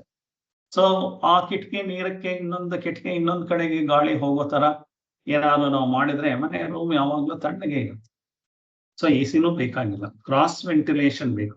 ನಾವು ಏನಾಗಿದೆ, ನಮ್ ಮನಸ್ಸಿನ ಒಳಗಡೆ ಭದ್ರವಾಗಿ ಕಿಟಕಿಯ ಭಾಗ ಎಲ್ಲ ಹಾಕೊಂಡ್ಬಿಟ್ಟು ಏನಾಗಿದೆ, ಒಳಗಡೆ ಗಾಳಿ ಬರ್ತಾ ಇಲ್ಲ, ಕಿಟಕಿ ತೆಗೆದ್ರೆ ತಾನೆ ಬರೋದು. ಮನಸ್ಸಿನ ಕಿಟಕಿ ತೆಗಿತಾನೆ ಇಲ್ಲ. ಮನಸ್ಸಿನ ಕಿಟಕಿ ಭದ್ರವಾಗಿ ಹಾಕೊಂಡ್ಬಿಟ್ಟು ನನಗೆ ಸೆಕೆ ಆಗ್ತಾ ಇದೆ, ನನಗೆ ದುಃಖ ಆಗ್ತಾ ಇದೆ, ನನಗೆ ಸಿಟ್ಟು ಬರ್ತಾ ಇದೆ, ನನಗೆ ಕೋಪ ಬರ್ತಾ ಇದೆ ಅಂತಂದ್ರೆ ನಾನು ಕ್ರಾಸ್ ವೆಂಟಿಲೇಷನ್ ಮಾಡ್ಕೊಳೋದನ್ನ ನನ್ನ ವಿಚಾರಧಾರೆಗಳಿಂದ ಕಲಿಯಬೇಕು. ಅದ್ಯಾವುದೋ ಬಾಗ್ಲು, ಕಬ್ಬಿಣದ್ದು ಮರದ್ದು ಬಾಗ್ಲಲ್ಲ, ಅದು ಕಿಟಕಿ ಹಾಕೋದಕ್ಕೆ ತೆಗೀತು. ಸೊ ದೇಹಕ್ಕೆ ಸೆಕೆ ಆಗಲ್ಲ, ದೇಹಕ್ಕೆ ಚಳಿ ಆಗಲ್ಲ. ಯಾಕೆಂದ್ರೆ ಮನಸ್ಸನ್ನ ರೆಡಿ ಮಾಡ್ಕೊಂಡ್ರೆ ಹಿಮಾಲಯ ಪರ್ವತದ ಮೇಲೂ ಇದಾರೆ ಅಂತಂದ್ಮೇಲೆ ಆ -70 ಡಿಗ್ರಿನಲ್ಲೂ ಇದಾರೆ ಕೌಪಿನ ಹಾಕೊಂಡು ಅಂತಂದ್ರೆ ಸಾಮಾನ್ಯವಾಗಿ ಬೆಸ್ತರು ಮೀನು ಹಿಡಿಯಕ್ ಹೋಗ್ತಾರೆ. ಆ ಬೆಸ್ತರು ಸಮುದ್ರದೊಳಗೆ ನೀರೊಳಗೆ ಇರ್ತಾರೆ, ಬೆಳಗ್ಗೆಯಿಂದ ಸಾಯಂಕಾಲ ತನಕ ನೀರೊಳಗೆ ಇರ್ತಾರೆ. ಅವ್ರಿಗೇನ್ ನೆಗಡಿ ಆಗುತ್ತಾ, ಅವ್ರಿಗೇನಾದ್ರು ಇದಾಗುತ್ತಾ, ಬಿಸಿಲು ಬೇಕಾದಷ್ಟು ಬೇಕಂದ್ರೆ ಮರ ನೆರಳಿಗೆ ಕೂಡ ಸಿಗಲ್ಲ. ಅದ್ ಯಾವ್ದೋ ಒಂದು ಮರದ ದಿಮ್ಮಿ ತರ ಒಂದು ಮಾಡ್ಕೊಂಡು ಹೋಗ್ತಾ ಇರ್ತಾರೆ, ತೇಲ್ಕೊಂಡು ಬಲೆ ಹಾಕ್ಬಿಟ್ಟು ಮೀನ್ ಹಿಡ್ಕೊಂಡು ವಾಪಸ್ ಬರ್ತಾರೆ. ಬೆಳಗ್ಗೆ ಊಟ ತಿಂಡಿ ಎಲ್ಲ ಅಲ್ಲಿ ಡಬ್ಬದಲ್ಲಿ ತಗೊಂಡ್ ಹೋಗ್ಬೇಕು ಅಷ್ಟೇ ಹೊರತು ಅಲ್ಲೇನು ನೀರ್ ಬೇಕು ಕಾಫಿ ಬೇಕು ಅಂತಂದ್ರೆ ಸಿಗತ್ತಾ? ಅವ್ರ ಮನಸ್ಸನ್ನ ಹೇಗೆ ಒಪ್ಕೊಂಡಿದ್ದಾರೆ, ಬೆಳಗ್ಗೆ ಸೂರ್ಯ ಹುಟ್ಟಕ್ ಮುಂಚೆ ಹೋಗಿ ಸಮುದ್ರದೊಳಗೆ ಹೋಗ್ಬಿಟ್ಟು ಸಾಯಂಕಾಲದ ಹೊತ್ತಿಗೆ ಮೀನ ಹಿಡ್ಕೊಂಡು ಬರ್ತಾ ಇದ್ದಾರೆ ಅಂತಂದ್ರೆ ಅಪ್ಪಳಿಸ್ತಾ ಇರೋ ನೀರೊಳಗಡೆನೆ 24 ಗಂಟೆ ಇರ್ತಾರೆ. ಏನಾದ್ರು ನೆಗಡಿ ಆಗುತ್ತಾ ಅವ್ರಿಗೆ, ಏನಾದ್ರು ಕೆಮ್ಮು ಬರುತ್ತಾ, ಏನಾದ್ರು ಕಾಯಿಲೆ ಆಗುತ್ತಾ? ಏನೂ ಆಗಲ್ಲ. ಅವ್ರಿಗೇನಾದ್ರು ಚರ್ಮ ಏನಾದ್ರು ಆ ಉಪ್ಪಿನ ನೀರು ನಾವು ಅಯ್ಯೋ ಇವತ್ತೇನು ನಾವು ಕೂದಲೆಲ್ಲ ಹೇಗಿರುತ್ತೆ ನೋಡಿದೀವ, ಅವ್ರದೆಲ್ಲ ಕಪ್ಪಗೆ ಚೆನ್ನಾಗೇ ಇರುತ್ತೆ ಉಪ್ಪು ನೀರಲ್ಲೇ ಇದ್ರು. ನಾವು ಮನೆ ಒಳಗಡೆ 500 TDS ಆಯ್ತು ಅಂತಂದ್ರೆ ಅದಕ್ಕೇನು ಸಾಫ್ಟ್ನರ್ ಹಾಕೋಬೇಕು, ತಲೆ ಕೂದಲೆಲ್ಲ ಉದುರೋಗ್ಬಿಡುತ್ತೆ, ಅದಾಗುತ್ತೆ ಇದಾಗುತ್ತೆ ಅಂತ. ತಲೆ ಕೂದಲು ಅದೆಲ್ಲ ಉದುರೋದು, ಕಪ್ಪಾಗೋದು, ಬೆಳ್ಳಗಾಗೋದು ಎಲ್ಲ ಬಾಡಿ ಕೆಮಿಸ್ಟ್ರಿಗಿನ್ನ ಹೆಚ್ಚಾಗಿ ಮನಸ್ಸಿನ ಕೆಮಿಸ್ಟ್ರಿಯಿಂದ ಆಗುವಂತ ವಿಚಾರ. ಸೊ ಹಾಗಾಗಿ ಆ ಮನಸ್ಸಿನ ಕೆಮಿಸ್ಟ್ರಿ ಸರಿ ಮಾಡ್ಕೋಬೇಕು ಅಂತ ಹೇಳ್ತಾ ಇದ್ದಾರೆ, ಕ್ರಾಸ್ ವೆಂಟಿಲೇಷನ್ ಮಾಡ್ಕೋಬೇಕು ಅಂತ ಹೇಳ್ತಾ ಇದ್ದಾರೆ. ಸೊ ಮುಂದ್ಲು ಪದ್ಯ ನೋಡೋಣ. 904. ವಹಿಸು ಕೆಲ ಭಾರಗಳ ಸಹಿಸು ಕೆಲ ನೋವುಗಳ ಪ್ರಹರಿಸು ಅರಿಗಳನ್ನರಿತು ಯುಕ್ತಗಳನ್ನರಿತು ಮಹಿಯ ನಾಟಕದಿ ನೀ ಮನಸ್ಸಿಟ್ಟು ಕುಣಿದು ವಿಹರಿಸಾತ್ಮಾಲಯದಲ್ಲಿ ಮಂಕುತಿಮ್ಮ ಅಂತ. ಸೊ ವಹಿಸು ಕೆಲ ಭಾರಗಳ ಸಹಿಸು ಕೆಲ ನೋವುಗಳ ಪ್ರಹರಿಸು ಅರಿಗಳ ನಿಂತು ಯುಕ್ತಗಳನ್ನರಿತು ಮಹಿಯ ನಾಟಕದಿ ನಿಮ್ ಮನಸ್ಸಿಟ್ಟು ಕುಣಿದು ವಿಹರಿಸ ಆತ್ಮಾಲಯದಲ್ಲಿ ಮಂಕುತಿಮ್ಮ ಅಂತಂದ್ರೆ ಸಿಂಪಲ್ ಆಗಿ ಅರ್ಥ ಮಾಡ್ಕೋಬೇಕು. ಈ ಶ್ಲೋಕ ಹೀಗೆ ಮೇಲ್ಮೇಲೇನೆ ಅಂದ್ರೆ ವಹಿಸು ಕೆಲ ಭಾರಗಳು ಅಂದ್ರೆ ಈ ಪ್ರಪಂಚಕ್ಕೆ ಬಂದಿದ್ದೀನಿ ಅಂತಂದ್ರೆ ನನಗ್ ಬೇಕಾದಾಗೆ ಆಗ್ಬೇಕು ಅಂತ ಅನ್ನಕ್ಕಾಗ ನಾನು ಕೊಳ್ಳೋದು ಇರುತ್ತೆ. ನಾನು ಪ್ರಪಂಚಕ್ಕೆ ಏನಾದ್ರು ಕೊಟ್ರೆ ನನಗೂ ಒಂದಿಷ್ಟು ಬರುತ್ತೆ, ನನಗೇನು ಕೊಡದಲ್ಲೇನೆ ಹಾಗೆ ಆಗ್ಬೇಕು ಅಂತ ಅನ್ನೋದು. ಹಾಗಾಗಿ ವಹಿಸೋ ಕೆಲ ಭಾರಗಳ ಪ್ರತಿಯೊಬ್ಬರಿಗೂ ಏನಾದ್ರೂ ಒಂದು ರೆಸ್ಪಾನ್ಸಿಬಿಲಿಟಿ ಇದ್ದೇ ಇರುತ್ತೆ. ಹೌಸ್ ವೈಫ್ ಅಂದ್ರೆ ಅವ್ರಿಗೆ ಬೇಕಾದಷ್ಟು ರೆಸ್ಪಾನ್ಸಿಬಿಲಿಟಿ ಇರುತ್ತೆ. ಬೆಳಗ್ಗೆಯಿಂದ ಆಫೀಸ್ಗೆ ಹೋಗೋದು ಅಂದ್ರೆ ಆಫೀಸಲ್ಲೂ ಬೇಕಾದಷ್ಟು ರೆಸ್ಪಾನ್ಸಿಬಿಲಿಟಿ ಇರುತ್ತೆ. ಆಫೀಸ್ಗೆ ಹೋಗೋರು ಮನೆಯಲ್ಲಿರೋ 4 ಜನ ಹೊಟ್ಟೆ ತುಂಬಿಸ್ಬೇಕು, ಅವ್ರ ಫ್ಯೂಚರು, ಅವ್ರ ಎಜುಕೇಶನ್ನು, ಅವ್ರ ಕಾಯಿಲೆ, ಅಪ್ಪ ಅಮ್ಮ ಅದು ಇದು ಅಂತಂದ್ರೆ ಅಲ್ಲಿ ಹೊಂದ್ಕೊಂಡು ಏನ್ ಬೇಕು ಆ ರೆಸ್ಪಾನ್ಸಿಬಿಲಿಟೀಸ್ ಎಲ್ಲ ಸರಿಯಾಗಿ ಮಾಡ್ಕೊಂಡು ಹೋಗ್ಬೇಕು. ಸೊ ಅದೆಲ್ಲ ಮಾಡುವಾಗ ಬೇಕಾಷ್ಟೆಲ್ಲ ನೋವು ಆಗುತ್ತೆ. ಸೊ ಹೌಸ್ ವೈಫ್ಗೆ ಆಗ್ಲಿ ಅಥವಾ ಹೋಮ್ ಮೇಕರ್ಗೆ ಆಗ್ಲಿ ಅಥವಾ ದುಡಿಯುವಂತ ವ್ಯಕ್ತಿಗೆ ಆಗ್ಲಿ, ಗಂಡಾಗ್ಲಿ ಹೆಣ್ಣಾಗ್ಲಿ ಅಥವಾ ಯಾರಿಗೇ ಆಗ್ಲಿ ನಾನು ಆರಾಮಾಗಿದ್ದೀನಿ ಅಂತ ಯಾರು ಹೇಳಕ್ಕಾಗಲ್ಲ. ಯಾವ ಸೆಲೆಬ್ರಿಟಿನೂ ಆರಾಮಾಗಿಲ್ಲ. ಆ ಸೆಲೆಬ್ರಿಟಿ ಕೇಳಿ ಮೇಕಪ್ ಅಷ್ಟಷ್ಟು ಹೊತ್ಕೊಂಡು ಅವ್ರು ಹಾಕಿರೋಂತ ಬಟ್ಟೆಗಳೆಲ್ಲ ಚುಚ್ಚುತ್ತಾ ಇರುತ್ತೆ. ಅವ್ರ ಫೋಟೋಗ್ರಫಿ ಚೆನ್ನಾಗಿ ಬರಬೇಕು ಅಂತ ಅಲ್ಲಿ ಇಲ್ಲಿ ಪಿನ್ ಹಾಕಿ ಟೇಪ್ ಹಾಕಿ ಬಾಡಿಗೆಲ್ಲ ಅಂಟಾಕಿ ಅದ್ರ ಮೇಲೆ ಅವ್ರ ಮುಖಾನ ಅರಳಿಸ್ಕೊಂಡು ಆ ಒಂದೊಂದು ಐಶ್ವರ್ಯ ರಾಯಿ ಅದು ಯಾವ್ದೋ ಸಿನಿಮಾದಲ್ಲಿ ದೇವದಾಸ್ ಸಿನಿಮಾದಲ್ಲೋ ಅಥವಾ ಯಾತ್ರೊಳಗೋ ಇದ್ರೊಳಗೆ ಅವ್ರದ್ದು 18 kg ಇತ್ತಂತೆ ಸೀರೆ. 18 kg ಸೀರೆ ಹೊತ್ಕೊಂಡು ಆ ಡಾನ್ಸ್ ಮಾಡ್ಬೇಕು. ಸೊ ಆ ಮಾಧುರಿ ದೀಕ್ಷಿತ್ ಅವರೆಲ್ಲ ಅದೇ ಸುಖ ಅಂತ ಯಾರಂದವರು ಕಷ್ಟ ಇದೆ. ಹಾಗಾಗಿ ಆದ್ರೆ ಆ ರೆಸ್ಪಾನ್ಸಿಬಿಲಿಟಿ ನಾನು ಒಪ್ಕೊಂಡಿದ್ದೀನಿ. ನಾನು ಜನಗಳನ್ನ ರಂಜನೆ ಮಾಡೋದಕ್ಕೆ ನಾನು ಒಪ್ಕೊಂಡ ಮೇಲೆ ವಹಿಸು ಕೆಲ ಭಾರಗಳ ಸಹಿಸು ಕೆಲ ನೋವುಗಳ ಪ್ರಹರಿಸು ಅರಿಗಳನ್ನ ಅರಿತು. ಪ್ರಹರಿಸು ಅಂತಂದ್ರೆ ನನ್ನದು ವೈರಿಗಳು ಯಾರಿದ್ದಾರೆ ಅವರನ್ನ ನಾನು ಪ್ರಹರಿಸು ಅಂತಂದ್ರೆ ಅವ್ರನ್ನ ನಿರ್ನಾಮ ಮಾಡ್ಕೋಬೇಕು. ನನಗೆ ವೈರಿಗಳು ಅಂತಂದ್ರೆ ಹೊರಗಡೆ ಇರೋ ವೈರಿಗಳಲ್ಲ, ನನ್ನ ಅಂತಃಕರಣದಲ್ಲಿ ಇರುವಂತಹ ವೈರಿಗಳು ಯಾವ್ಯಾವುದು ಅಂದ್ರೆ ಯಾವ ವೈರಿಗಳು ಅಂದ್ರೆ ಅರಿಷಡ್ ವರ್ಗಗಳು. ಮೊದಲು ನನಗೆ ಕಾಮ ಅಂದ್ರೆ ನನಗೆ ಆಸೆ ಬರುತ್ತೆ. ಕಾಮ ಕ್ರೋಧ, ಆಸೆ ಪೂರೈಸ್ತಲೇ ಇದ್ದಾಗ ಕ್ರೋಧ ಬರುತ್ತೆ, ಸಿಟ್ಟು ಬರುತ್ತೆ. ಸೊ ಹಾಗಾಗಿ ಎರಡನೇ ವೈರಿ ಒಳಗಡೆ ಬಂದಾಗ ಆಯ್ತು. ಮೊದಲು ನಾನು ಆಸೆ ಪಡೋದೇ ಮೊದಲನೇ ವೈರಿ, ಎರಡನೇದು ಕ್ರೋಧ ಬಂತು. ಆಸೆ ಪೂರೈಸ್ಬಿಟ್ರೆ ಕಾಮ, ಅಕಸ್ಮಾತ್ ಆಸೆ ಪೂರೈಸ್ತಲೇ ಇದ್ರೆ ಸಿಟ್ಟು ಬರುತ್ತೆ, ಕ್ರೋಧ ಬರುತ್ತೆ. ಆಸೆ ಪೂರೈಸ್ಬಿಟ್ರೆ ಕಾಮ, ಕ್ರೋಧ, ಲೋಭ, ಅಯ್ಯೋ ಇಷ್ಟೇ ಸಿಕ್ತಲ್ಲ, ಇನ್ನೊಂದ್ ಸ್ವಲ್ಪ ಜಾಸ್ತಿ ಸಿಗ್ಬೇಕಾಗಿತ್ತು, ಇನ್ನೊಂದ್ ಸ್ವಲ್ಪ ಬೇಕು ಅನ್ನೋ ಲೋಭ ಬರುತ್ತೆ. ಮೋಹ. ಸೊ ಇದು ಯಾರು ಸತ್ಕೊಂಡು ಹೋಗ್ಬಿಟ್ರೆ, ಇದು ಯಾವ್ದಾರು ಇದಾಗ್ಬಿಟ್ರೆ ಅದಕ್ಕೆ ಮೋಹ ಶುರುವಾಗಿ ಅದರ ಮೇಲೆ ಅಂಟ್ಕೊಳ್ಳೋದು ಜಾಸ್ತಿ ಆಗುತ್ತೆ. ಕಾಮ, ಕ್ರೋಧ, ಲೋಭ, ಮೋಹ, ಮದ. ನನ್ನ ಹತ್ರ ಮಾತ್ರ ಇದೆ ಇದು, ಬೇರೆಯವ್ರ ಯಾರ ಹತ್ರ ಇಲ್ಲ, ನಾನೇ ಗ್ರೇಟ್ ಅಂತ ಹೇಳ್ಕೊಳ್ಳೋ ಅಂತ ಮದ, ಅದು ಒಂದು ಮನಸ್ಸಿನ ಶತ್ರು. ಸೊ ಈ ಶತ್ರುನು ಒಳಗಡೆ ಬರ್ತಾನೆ. ಮದ, ಮಾತ್ಸರ್ಯ ಅಂತಂದ್ರೆ ನನಗಿನ್ನ ಜಾಸ್ತಿ ಯಾರಿಗಾರು ಸಿಕ್ಬಿಟ್ರೆ ಅವನಿಗೇನು ಯೋಗ್ಯತೆನೇ ಇಲ್ಲ, ಅವನಿಗೆ ಸಿಕ್ಬಿಟ್ಟಿದೆ, ನಾನು ಇಷ್ಟೊಂದು ಯೋಗ್ಯವಂತ, ನನಗೆ ಕಡಿಮೆ ಸಿಕ್ಕಿದೆ, ಈ ತರ ಅವ್ರ ಮೇಲೆ ಮಾತ್ಸರ್ಯ ಪಡುವಂಥದ್ದು. ಕಾಮ, ಕ್ರೋಧ, ಲೋಭ, ಮೋಹ, ಮದ, ಮಾತ್ಸರ್ಯ, ಇದಿಷ್ಟು ಒಳಗಡೆ ನಾನೇ ಬಿಟ್ಕೊಂಡಿರೋದು, ಇದನ್ನ ನಾನೇ ಕ್ರಿಯೇಟ್ ಮಾಡ್ಕೊಂಡಿರೋದು.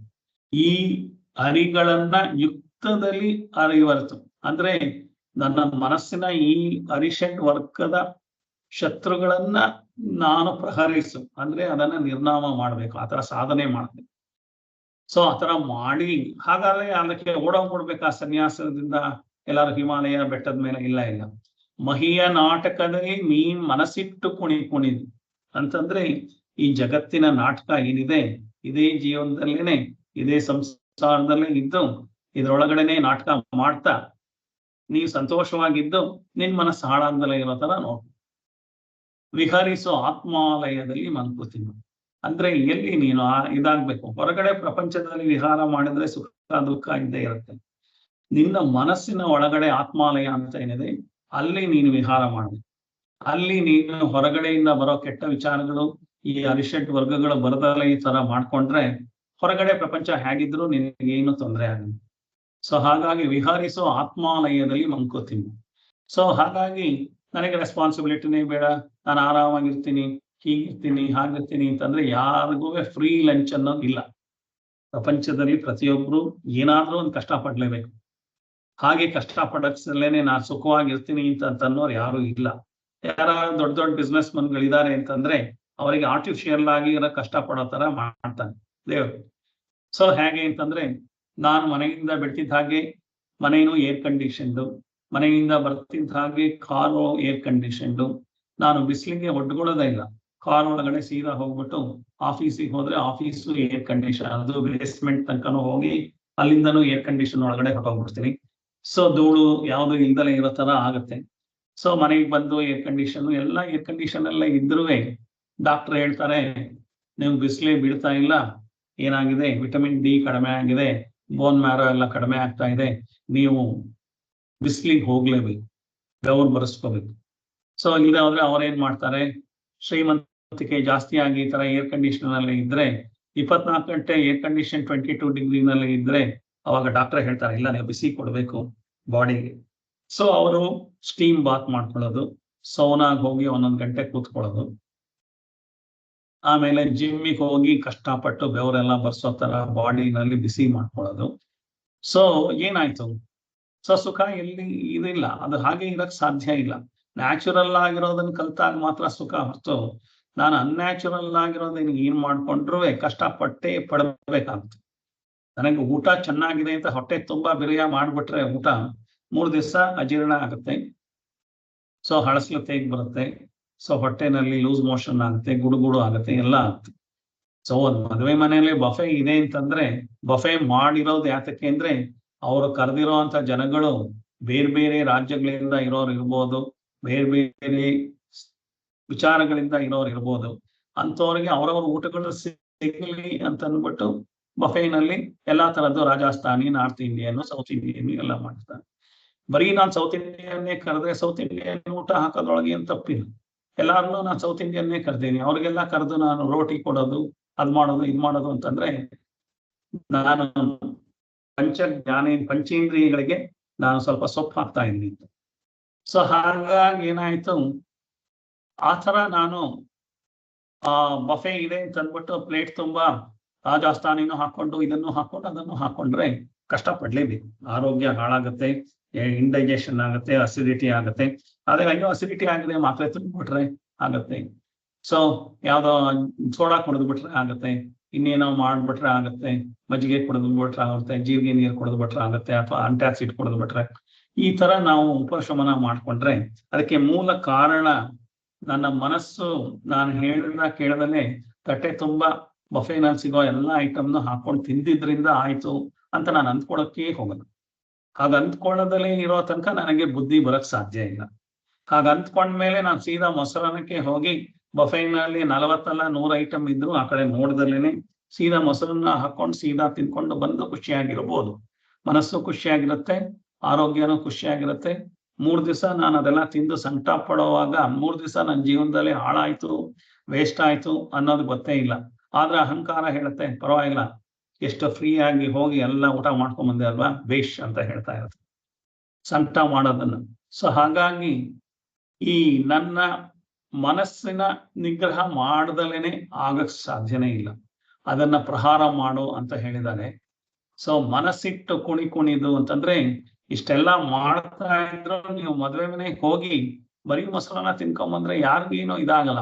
ಇಬ್ರು ಯಾರ ಕೇಳ್ಬೋದು ಏನದ, ಅಷ್ಟ್ ಬಿಟ್ರೆ ಯಾರು ಮದ್ವೆ ಮಾಡೋರು ಯಾರು ಬಂದು ಕೇಳ್ತಾರ ನೀವ್ ಬರೀ ಮೊಸರನ್ನ ತಿಂದ್ರ ಅಂತ.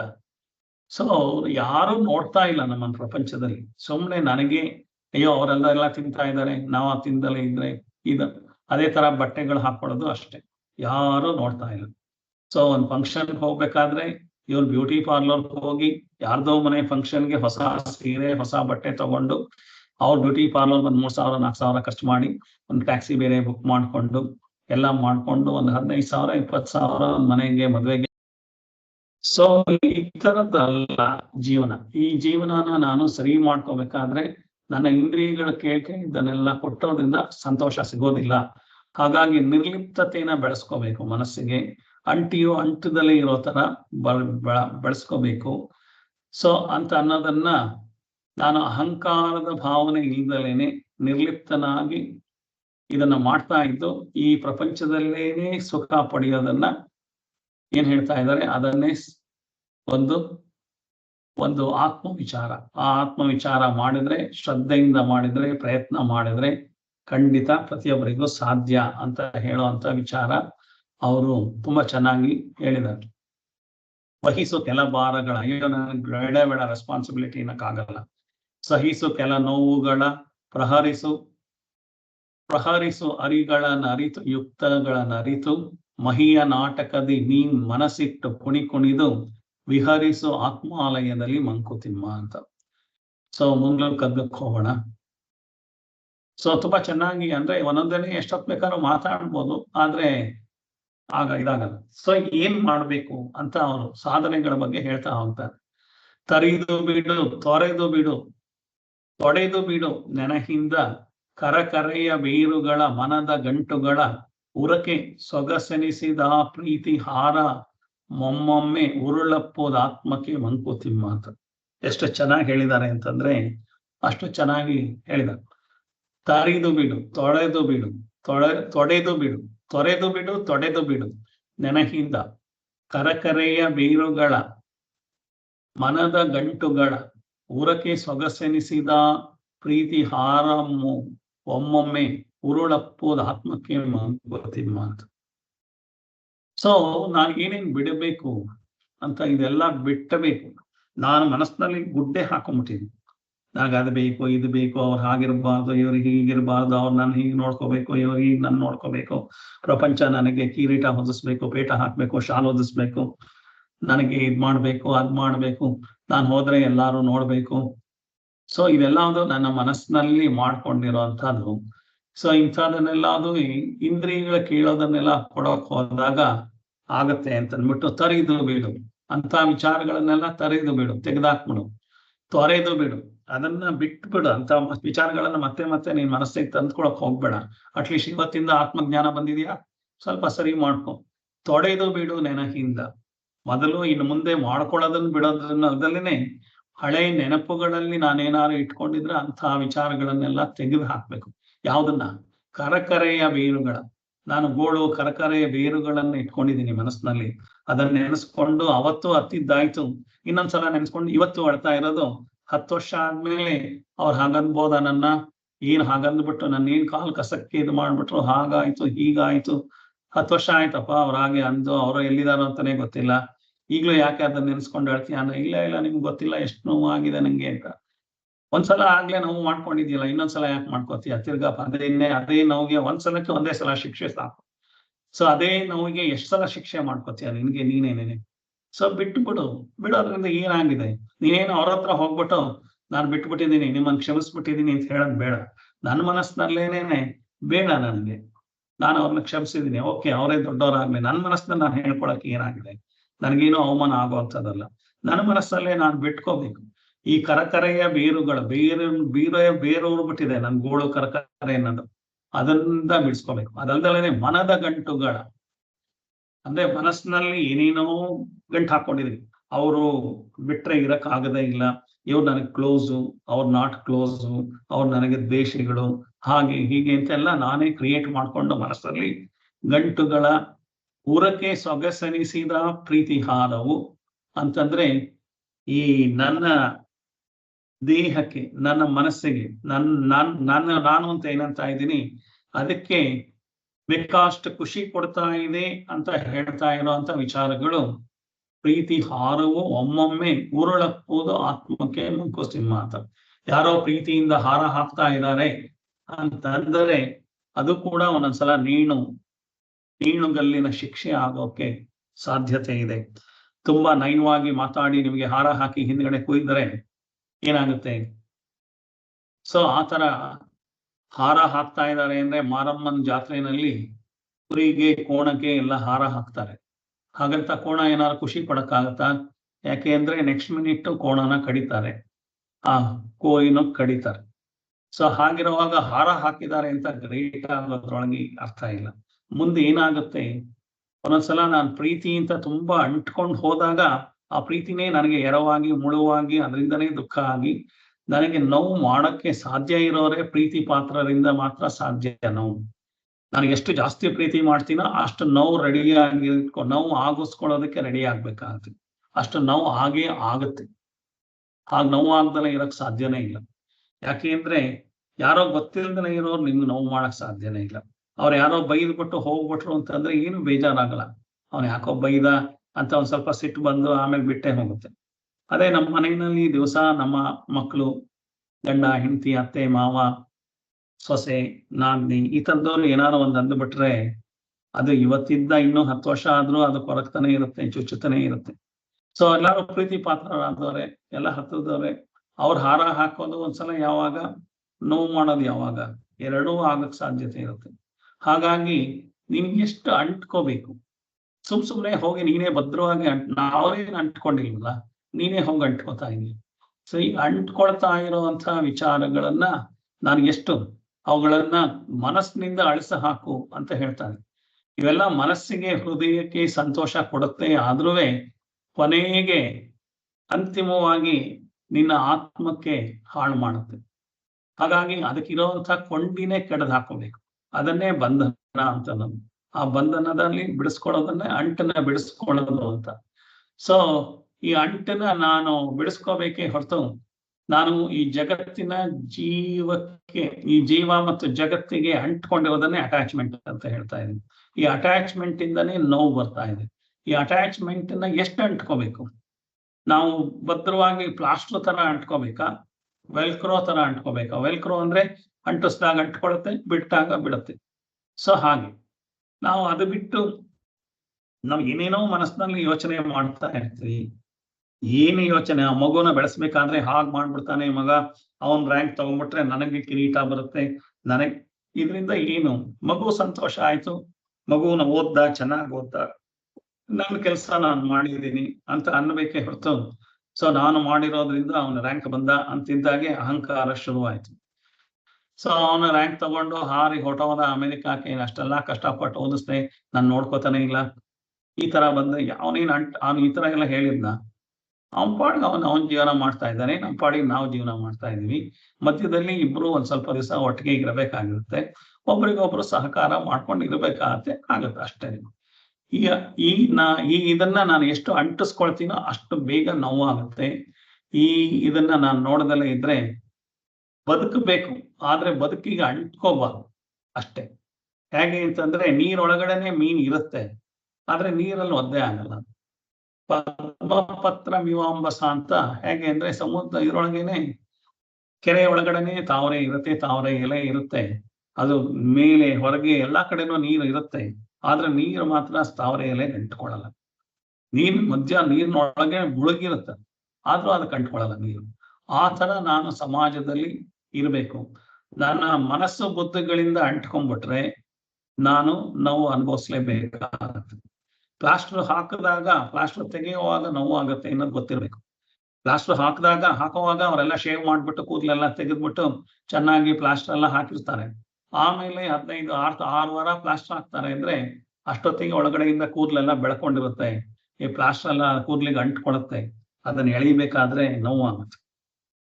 ಸೊ ಈಗ ಕ್ರೇಪ್ ಬ್ಯಾಂಡೇಜ್ ಅಂತ ಬಂದಿದೆಯಲ್ಲ, ಆ ತರ ಆದ್ರೆ ಸುಮ್ನೆ ಸುತ್ತುತ್ತಾರೆ, ಬಿಚ್ಚುತ್ತಾರೆ.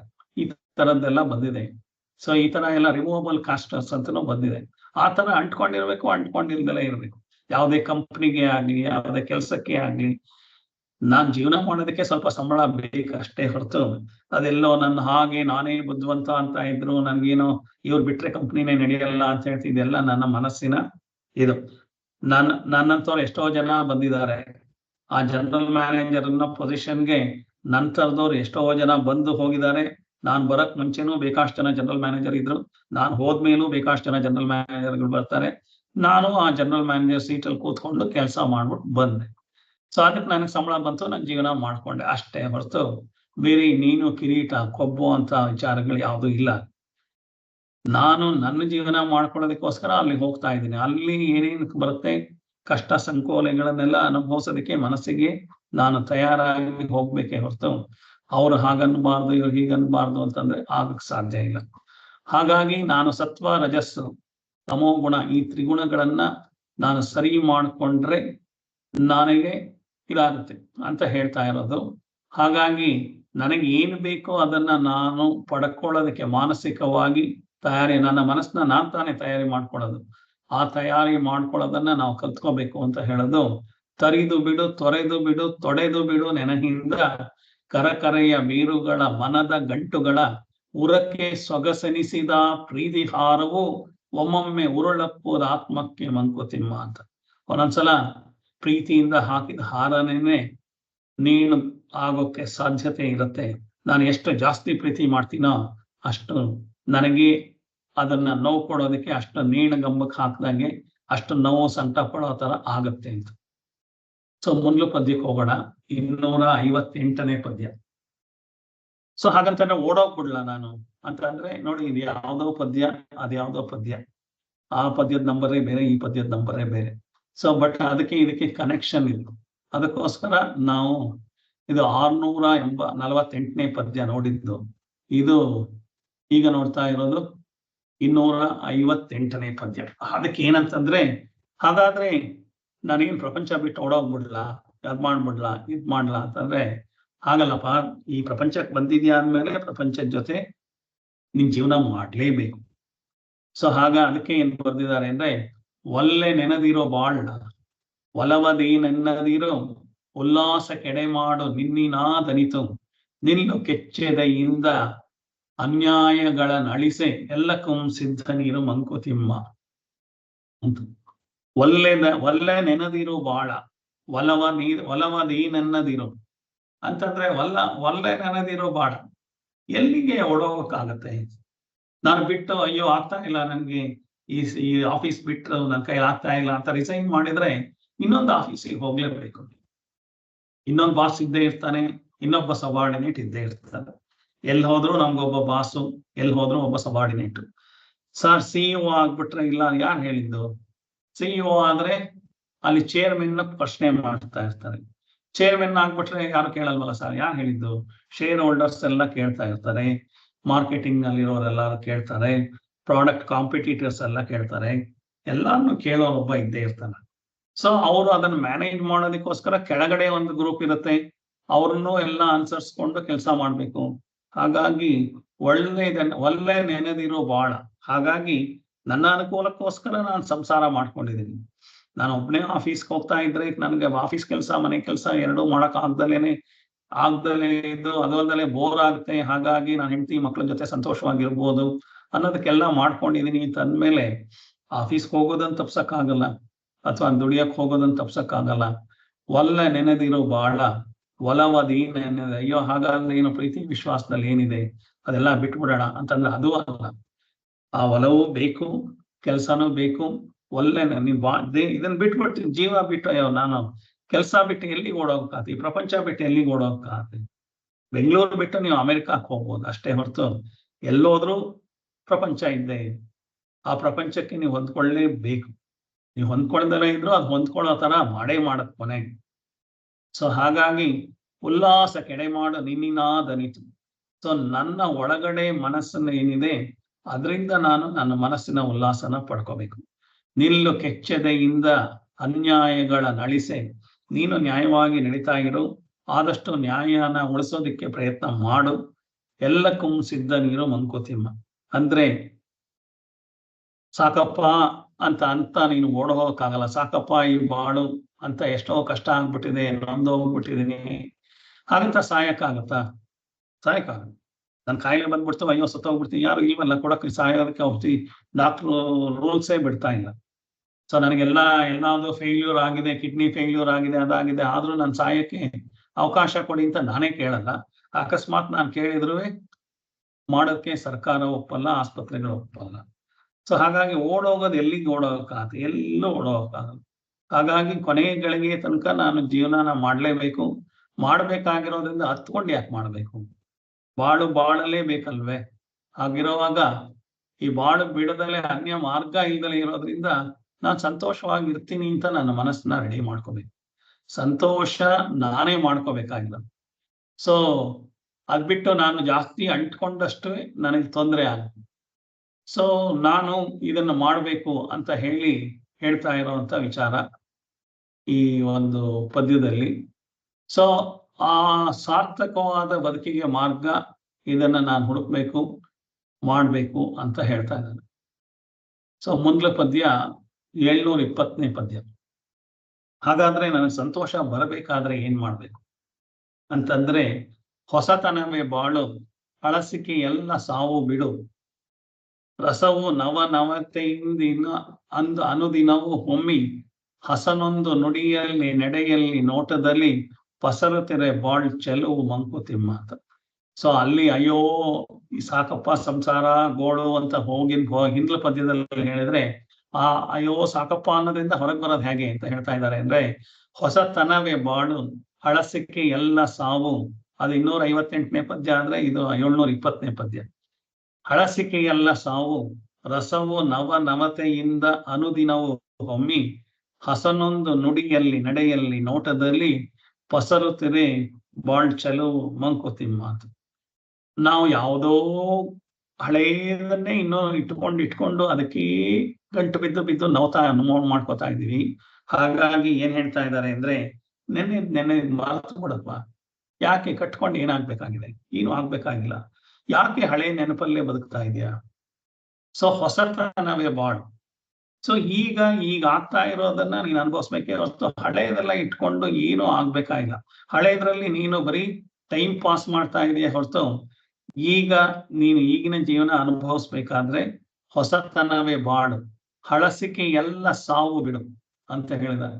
ಹಳೆ ನೆನಪುಗಳೆಲ್ಲ ಅದನ್ನ ಸಾವು ಅಂತ ಅದನ್ನ ತೆಗೆದು ಹಾಕ್ಬಿಡ್ಬೇಕು, ಬಿಟ್ಟು ಬಿಡು ಅದನ್ನೆಲ್ಲ ಅಂತ.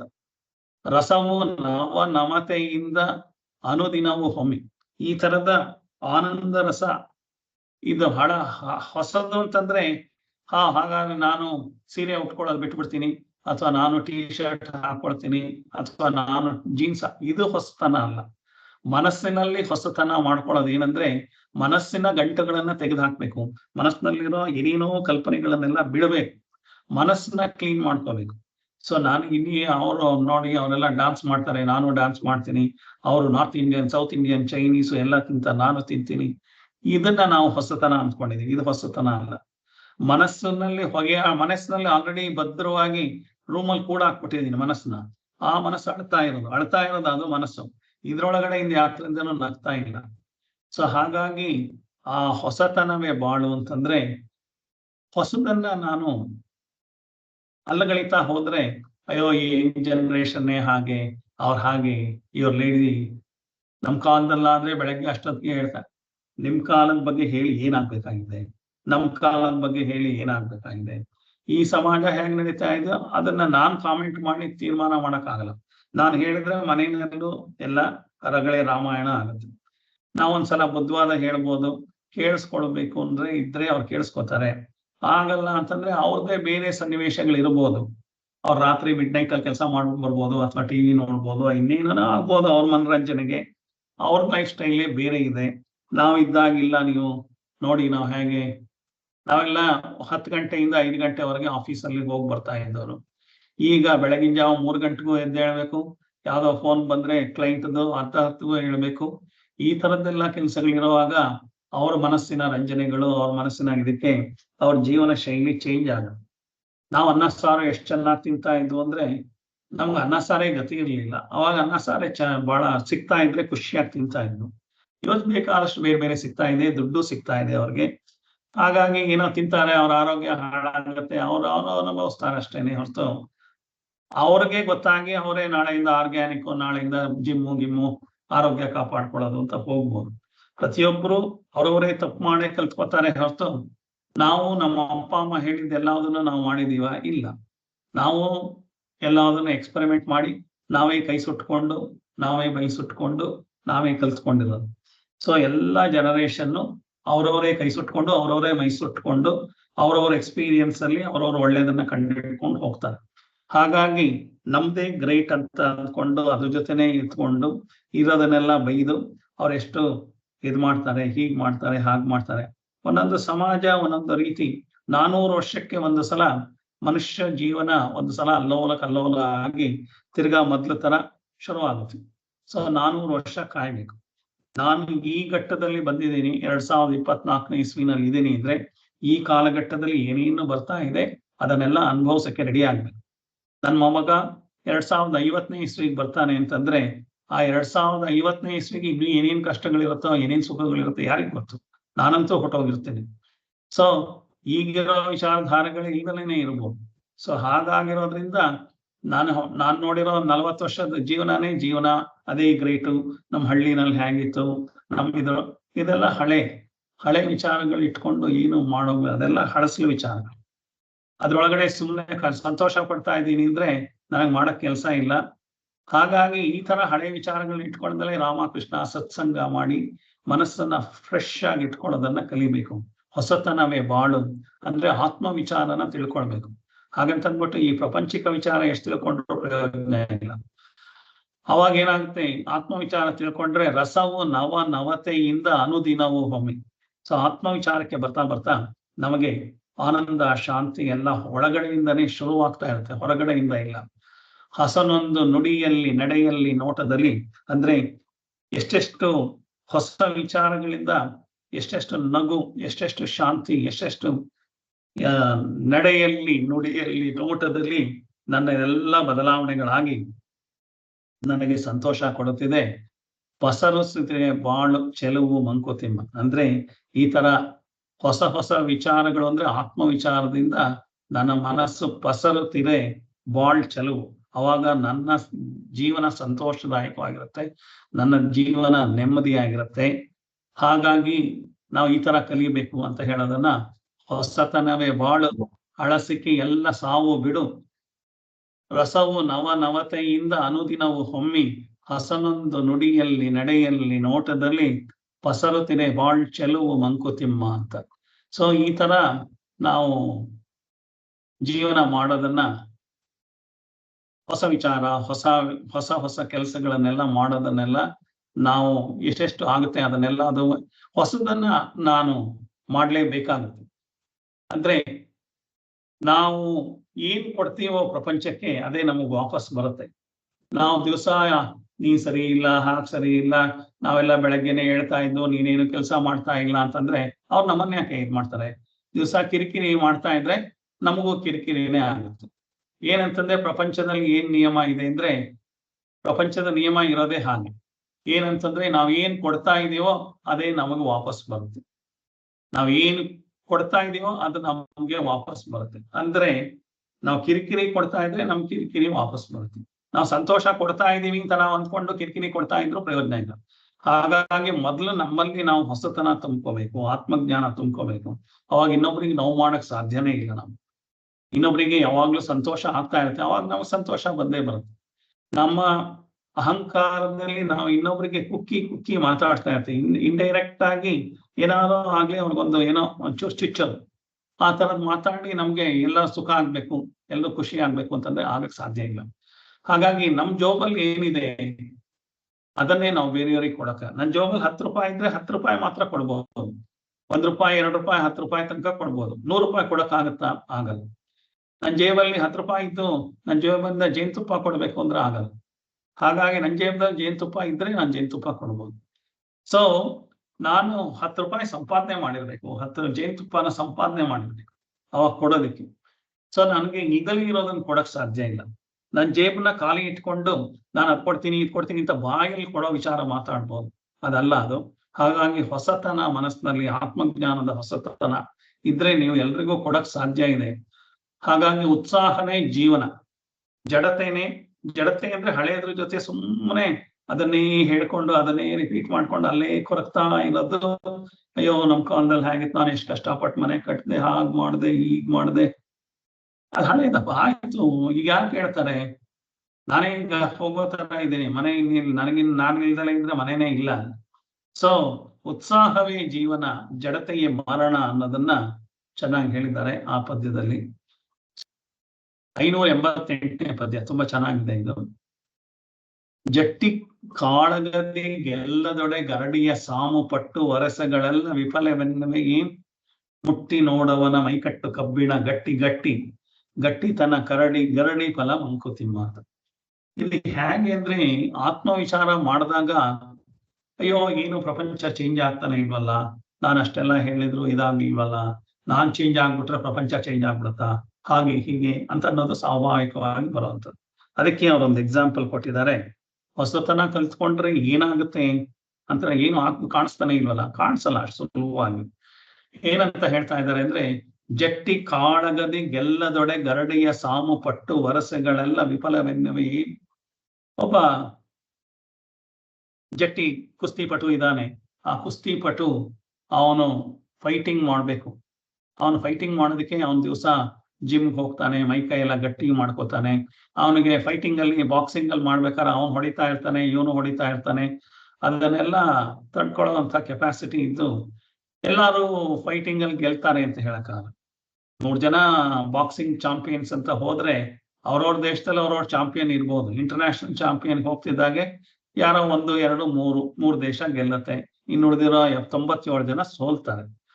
ಸೊ ಹಾಗಾದ್ರೆ ಅವನು ಕುಸ್ತಿ ಕಲ್ತಿದ್ದೆಲ್ಲ ವೇಸ್ಟ್ ಆಯ್ತಾ? ಏನಾಯ್ತು ಅಂತಂದ್ರೆ ಹಾಗಲ್ಲಪ್ಪ. ಅವನ್ ಕಲ್ತಿದ್ ಯಾವ್ದು ವೇಸ್ಟ್ ಇಲ್ಲ. ಮುಟ್ಟಿ ನೋಡವನ ಮೈಕಟ್ಟು ಕಬ್ಬಿಣ ಗಟ್ಟಿ ಅಂತಂದ್ರೆ ನಮ್ಮ ಮೈಯ ಮುಚ್ಚಿದ್ರೆ ಪುಸ್ಕು ಅನ್ನತ್ತೆ, ನಮ್ದೆಲ್ಲ ಅದು ಮೆತ್ಗೆ ಹೀಗಿದೆ. ಆದ್ರೆ ಅವನ ಗರಡಿನಲ್ಲಿ ಮಾಡಿರೋನ್ನ ಮುಟ್ಟಿದ್ರೆ ಕಬ್ಬಿಣ ಇದ್ದಾಗ ಇರ್ತಾನ. ಅವನ ಕೈ ಮೈ ಎಲ್ಲ ಅಷ್ಟು ಗಟ್ಟಿಯಾಗಿ, ಅವನಿಗೆಲ್ಲ ಮಸಲ್ಸ್ ಎಲ್ಲ ಅಷ್ಟು ಚೆನ್ನಾಗಿ ಟೋನಪ್ ಆಗಿ ಅಷ್ಟು ಶಕ್ತಿ ಇರುತ್ತೆ. ನಮ್ಗೆ ಅವ್ನ ನೀರಿನ ಬಾಟ್ಲ್ ಓಪನ್ ಮಾಡಕ್ಕೆ ಆಗಲ್ಲ, ಬೇರೆಯವ್ರು ಇನ್ನೊಬ್ರು ಓಪನ್ ಮಾಡ್ಕೊಡ್ಬೇಕು. ಅವನು ಗಾಜಿನೆಲ್ಲ ಕಬ್ಬಿಣದ ಜಗ್ನೆ ಹಿಡ್ಕೊಂಡು ಹಿಂಗ್ ಫಸ್ಟ್ ಅಂದ್ರೆ ಮುರಿದೋಗುತ್ತದೆ, ಅಷ್ಟು ಭದ್ರ ಶಕ್ತಿ ಇರುತ್ತೆ. ಹಾಗಾಗಿ ಅವ್ನು ಮಾಡಿರೋದು ಏನೋ ವೇಸ್ಟ್ ಆಗಿಲ್ಲ, ಅವನ ಒಳಗಡೆ ಬಂದಿದೆ. ಇದು ಹೊರಗಡೆ ಕಾಣಿಸೋದಕ್ಕೋಸ್ಕರ ಹೇಳಿರುವಂತ ವಿಚಾರ. ಇದು ದೇಹದ ಬಗ್ಗೆ ಹೇಳಿರೋ ವಿಚಾರ ಅಲ್ಲ. ಇದು ಮನಸ್ಸಿನ ಬಗ್ಗೆ. ನೀನು ಮನಸ್ಸಿನ ಆತ್ಮಜ್ಞಾನ ಪಡ್ಕೊಳ್ತಾ ನಿನ್ನ ಮನಸ್ಸು ಎಷ್ಟು ಗಟ್ಟಿಯಾಗಿರತ್ತೆ ಅಂದ್ರೆ, ಯಾರು ಬಂದು ಅಲ್ಲಾಡಿಸ್ತಾ ಇದ್ದಾರೆ ಅಂದ್ರೂ ಅಲ್ಲಾಡ್ಸಕ್ ಆಗಲ್ಲ, ಯಾರು ಬಂದು ನೋವು ಮಾಡ್ತೀವಿ ಅಂದ್ರೂ ನೋವು ಮಾಡಕ್ ಆಗಲ್ಲ. ಇದು ಜಟ್ಟಿದ್ ಏನ್ ಹೇಳ್ತಾ ಇದ್ದಾರೆ, ಹೊರಗಡೆ ನಿಮ್ಗೆ ಅರ್ಥ ಆಗ್ಲಿ ಅಂತ ಹೇಳ್ತಾ ಇದ್ದಾರೆ. ಆದ್ರೆ ನಾನು ಆತ್ಮಜ್ಞಾನ ಪಡ್ಕೊಳ್ತಾ ನನಗೆ ಯಾರು ನೋವು ಮಾಡಕ್ಕೆ ಆಗಲ್ಲ. ನಾನು ಒಳಗಡೆ ಅಷ್ಟು ಗಟ್ಟಿ ಆಗ್ಬಿಟ್ಟಿರ್ತೇನೆ. ಆ ಗಟ್ಟಿ ಅಂತಂದ್ರೆ ಹಾಗಂತ ನಿರ್ಲಿಪ್ತವಾಗಿ ಇದಾಗಿದ್ದೀನಿ ಅಂತಲ್ಲ, ಅವ್ರ ಜೊತೆನೇ ಇರ್ತೀನಿ, ಯಾವ್ದು ನೋವು ಆಗಲ್ಲ. ನನ್ನ ಎಕ್ಸ್ಪೆಕ್ಟೇಷನ್ ಇಲ್ಲದೆ ನೋವು ಹೇಗಾಗುತ್ತೆ. ಹಾಗಾಗಿ ಅದು ಒಂದು ಎಕ್ಸಾಂಪಲ್ ಹೇಳಿದ್ದಾರೆ. ಜಟ್ಟಿ ಕಾಳಗದಿ ಗೆಲ್ಲದೊಡೆ ಗರಡಿಯ ಸಾಮು ಪಟ್ಟು ವರಸೆಗಳೆಲ್ಲ ವಿಫಲವೆನ್ನುವೆ. ಅದೆಲ್ಲ ವೇಸ್ಟ್ ಆಯ್ತು ಅಂತ ಹೇಳಕ್ಕಾಗತ್ತಾ? ಅಷ್ಟು ದಿವಸ ಹೋದ, 10 ವರ್ಷ ಜಿಮ್ಗೆ ಹೋಗಿ ಎಲ್ಲ ಮಾಡ್ದ, ಸೋತು ಬಂದ ಅಂದ್ರೆ ಸೋತಿದ್ರು ಏನಾಯ್ತಪ್ಪ? ಮುಟ್ಟಿ ನೋಡವನ ಮೈಕಟ್ಟು ಕಬ್ಬಿಣ ಗಟ್ಟಿತನ ಗರಡಿ ಫಲ ಮಂಕುತಿಮ್ಮ ಅಂತ. ಆ ಗಟ್ಟಿತನ ಮಾಡಿರೋದೇ ಆ ಗರಡಿ ಹೋಗಿರೋದ್ರಿಂದ ಮಾಡಿದೆ. ಹಾಗಾಗಿ ಆ ಗಟ್ಟಿತನ ಅವನಲ್ಲಿ ಉಳ್ಕೊಂಡಿದೆ. ಸೋತಿರೋದು ಗೆದ್ದಿರೋದು ಅಲ್ಲ ಇಂಪಾರ್ಟೆಂಟ್. ಅವನ ಬಾಡಿನಲ್ಲಿ has already got the strength. ಆ ಥರ ನಾನು ಆತ್ಮಜ್ಞಾನ ಪಡ್ಕೊಂಡ್ರೆ ನನ್ನ ಮನಸ್ಸಿಗೆ ಆ ಥರದ ಸ್ಟ್ರೆಂತ್ ಬರುತ್ತೆ. ಹೊರಗಡೆ ಗೆಲ್ಲೋದು ಸೋಲೋದು ಇಂಪಾರ್ಟೆಂಟ್ ಅಲ್ವೇ ಅಲ್ಲ ಆಗುತ್ತೆ. ಮನಸ್ಸು ಯಾವಾಗಲೂ ಶಾಂತತೆಯಿಂದ ಇರುತ್ತೆ ಅಂತ ಹೇಳುವಂತ ವಿಚಾರನ ತುಂಬಾ ಚೆನ್ನಾಗಿ ಹೇಳಿದ್ದಾರೆ. ಜಟ್ಟಿ ಕಾಳಗದಿ ಗೆಲ್ಲದೊಡೆ ಗರಡಿಯ ಸಾಮು ಪಟ್ಟು ವರಸೆಗಳೆಲ್ಲ ವಿಫಲವೆನ್ನುವಿಗೆ. ಮುಟ್ಟಿ ನೋಡವನ ಮೈಕಟ್ಟು ಕಬ್ಬಿಣ ಗಟ್ಟಿ ಗಟ್ಟಿ ಗಟ್ಟಿತನ ಗರಡಿ ಫಲ ಮಂಕುತಿಮ್ಮ ಅಂತ ಹೇಳಿದ ಹಾಗೆ ಹೇಳಿ ಇವತ್ತಿನ ಪಾಠನ ಮುಗಿಸ್ತಾ ಇದ್ದೀನಿ. ಮುಂದಿನ ಒಂದು 3 ತರಗತಿಗಳಲ್ಲಿ ಎಲ್ಲ ಈ ಒಂದು ಕಗ್ಗದಲ್ಲಿ ಬರುವಂತ ಎಲ್ಲ ವಿಚಾರಗಳನ್ನು ಕಂಪ್ಲೀಟ್ ಮಾಡಿ ಮುಗಿಸ್ತೀನಿ.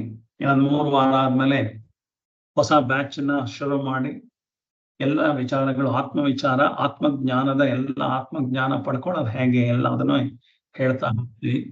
ಎಲ್ರಿಗೂ ಇವತ್ತಿನ ಪಾಠ ಇಲ್ಲಿ ಮುಗಿಸಿ ಓಂ ಸರ್ವೇ ಭವಂತು ಸುಖಿನಃ, ಸರ್ವೇ ಸಂತು ನಿರಾಮಯಾಃ, ಸರ್ವೇ ಭದ್ರಾಣಿ ಪಶ್ಯಂತು, ಮಾ ಕಶ್ಚಿತ್ ದುಃಖ ಭಾಗ್ ಭವೇತ್.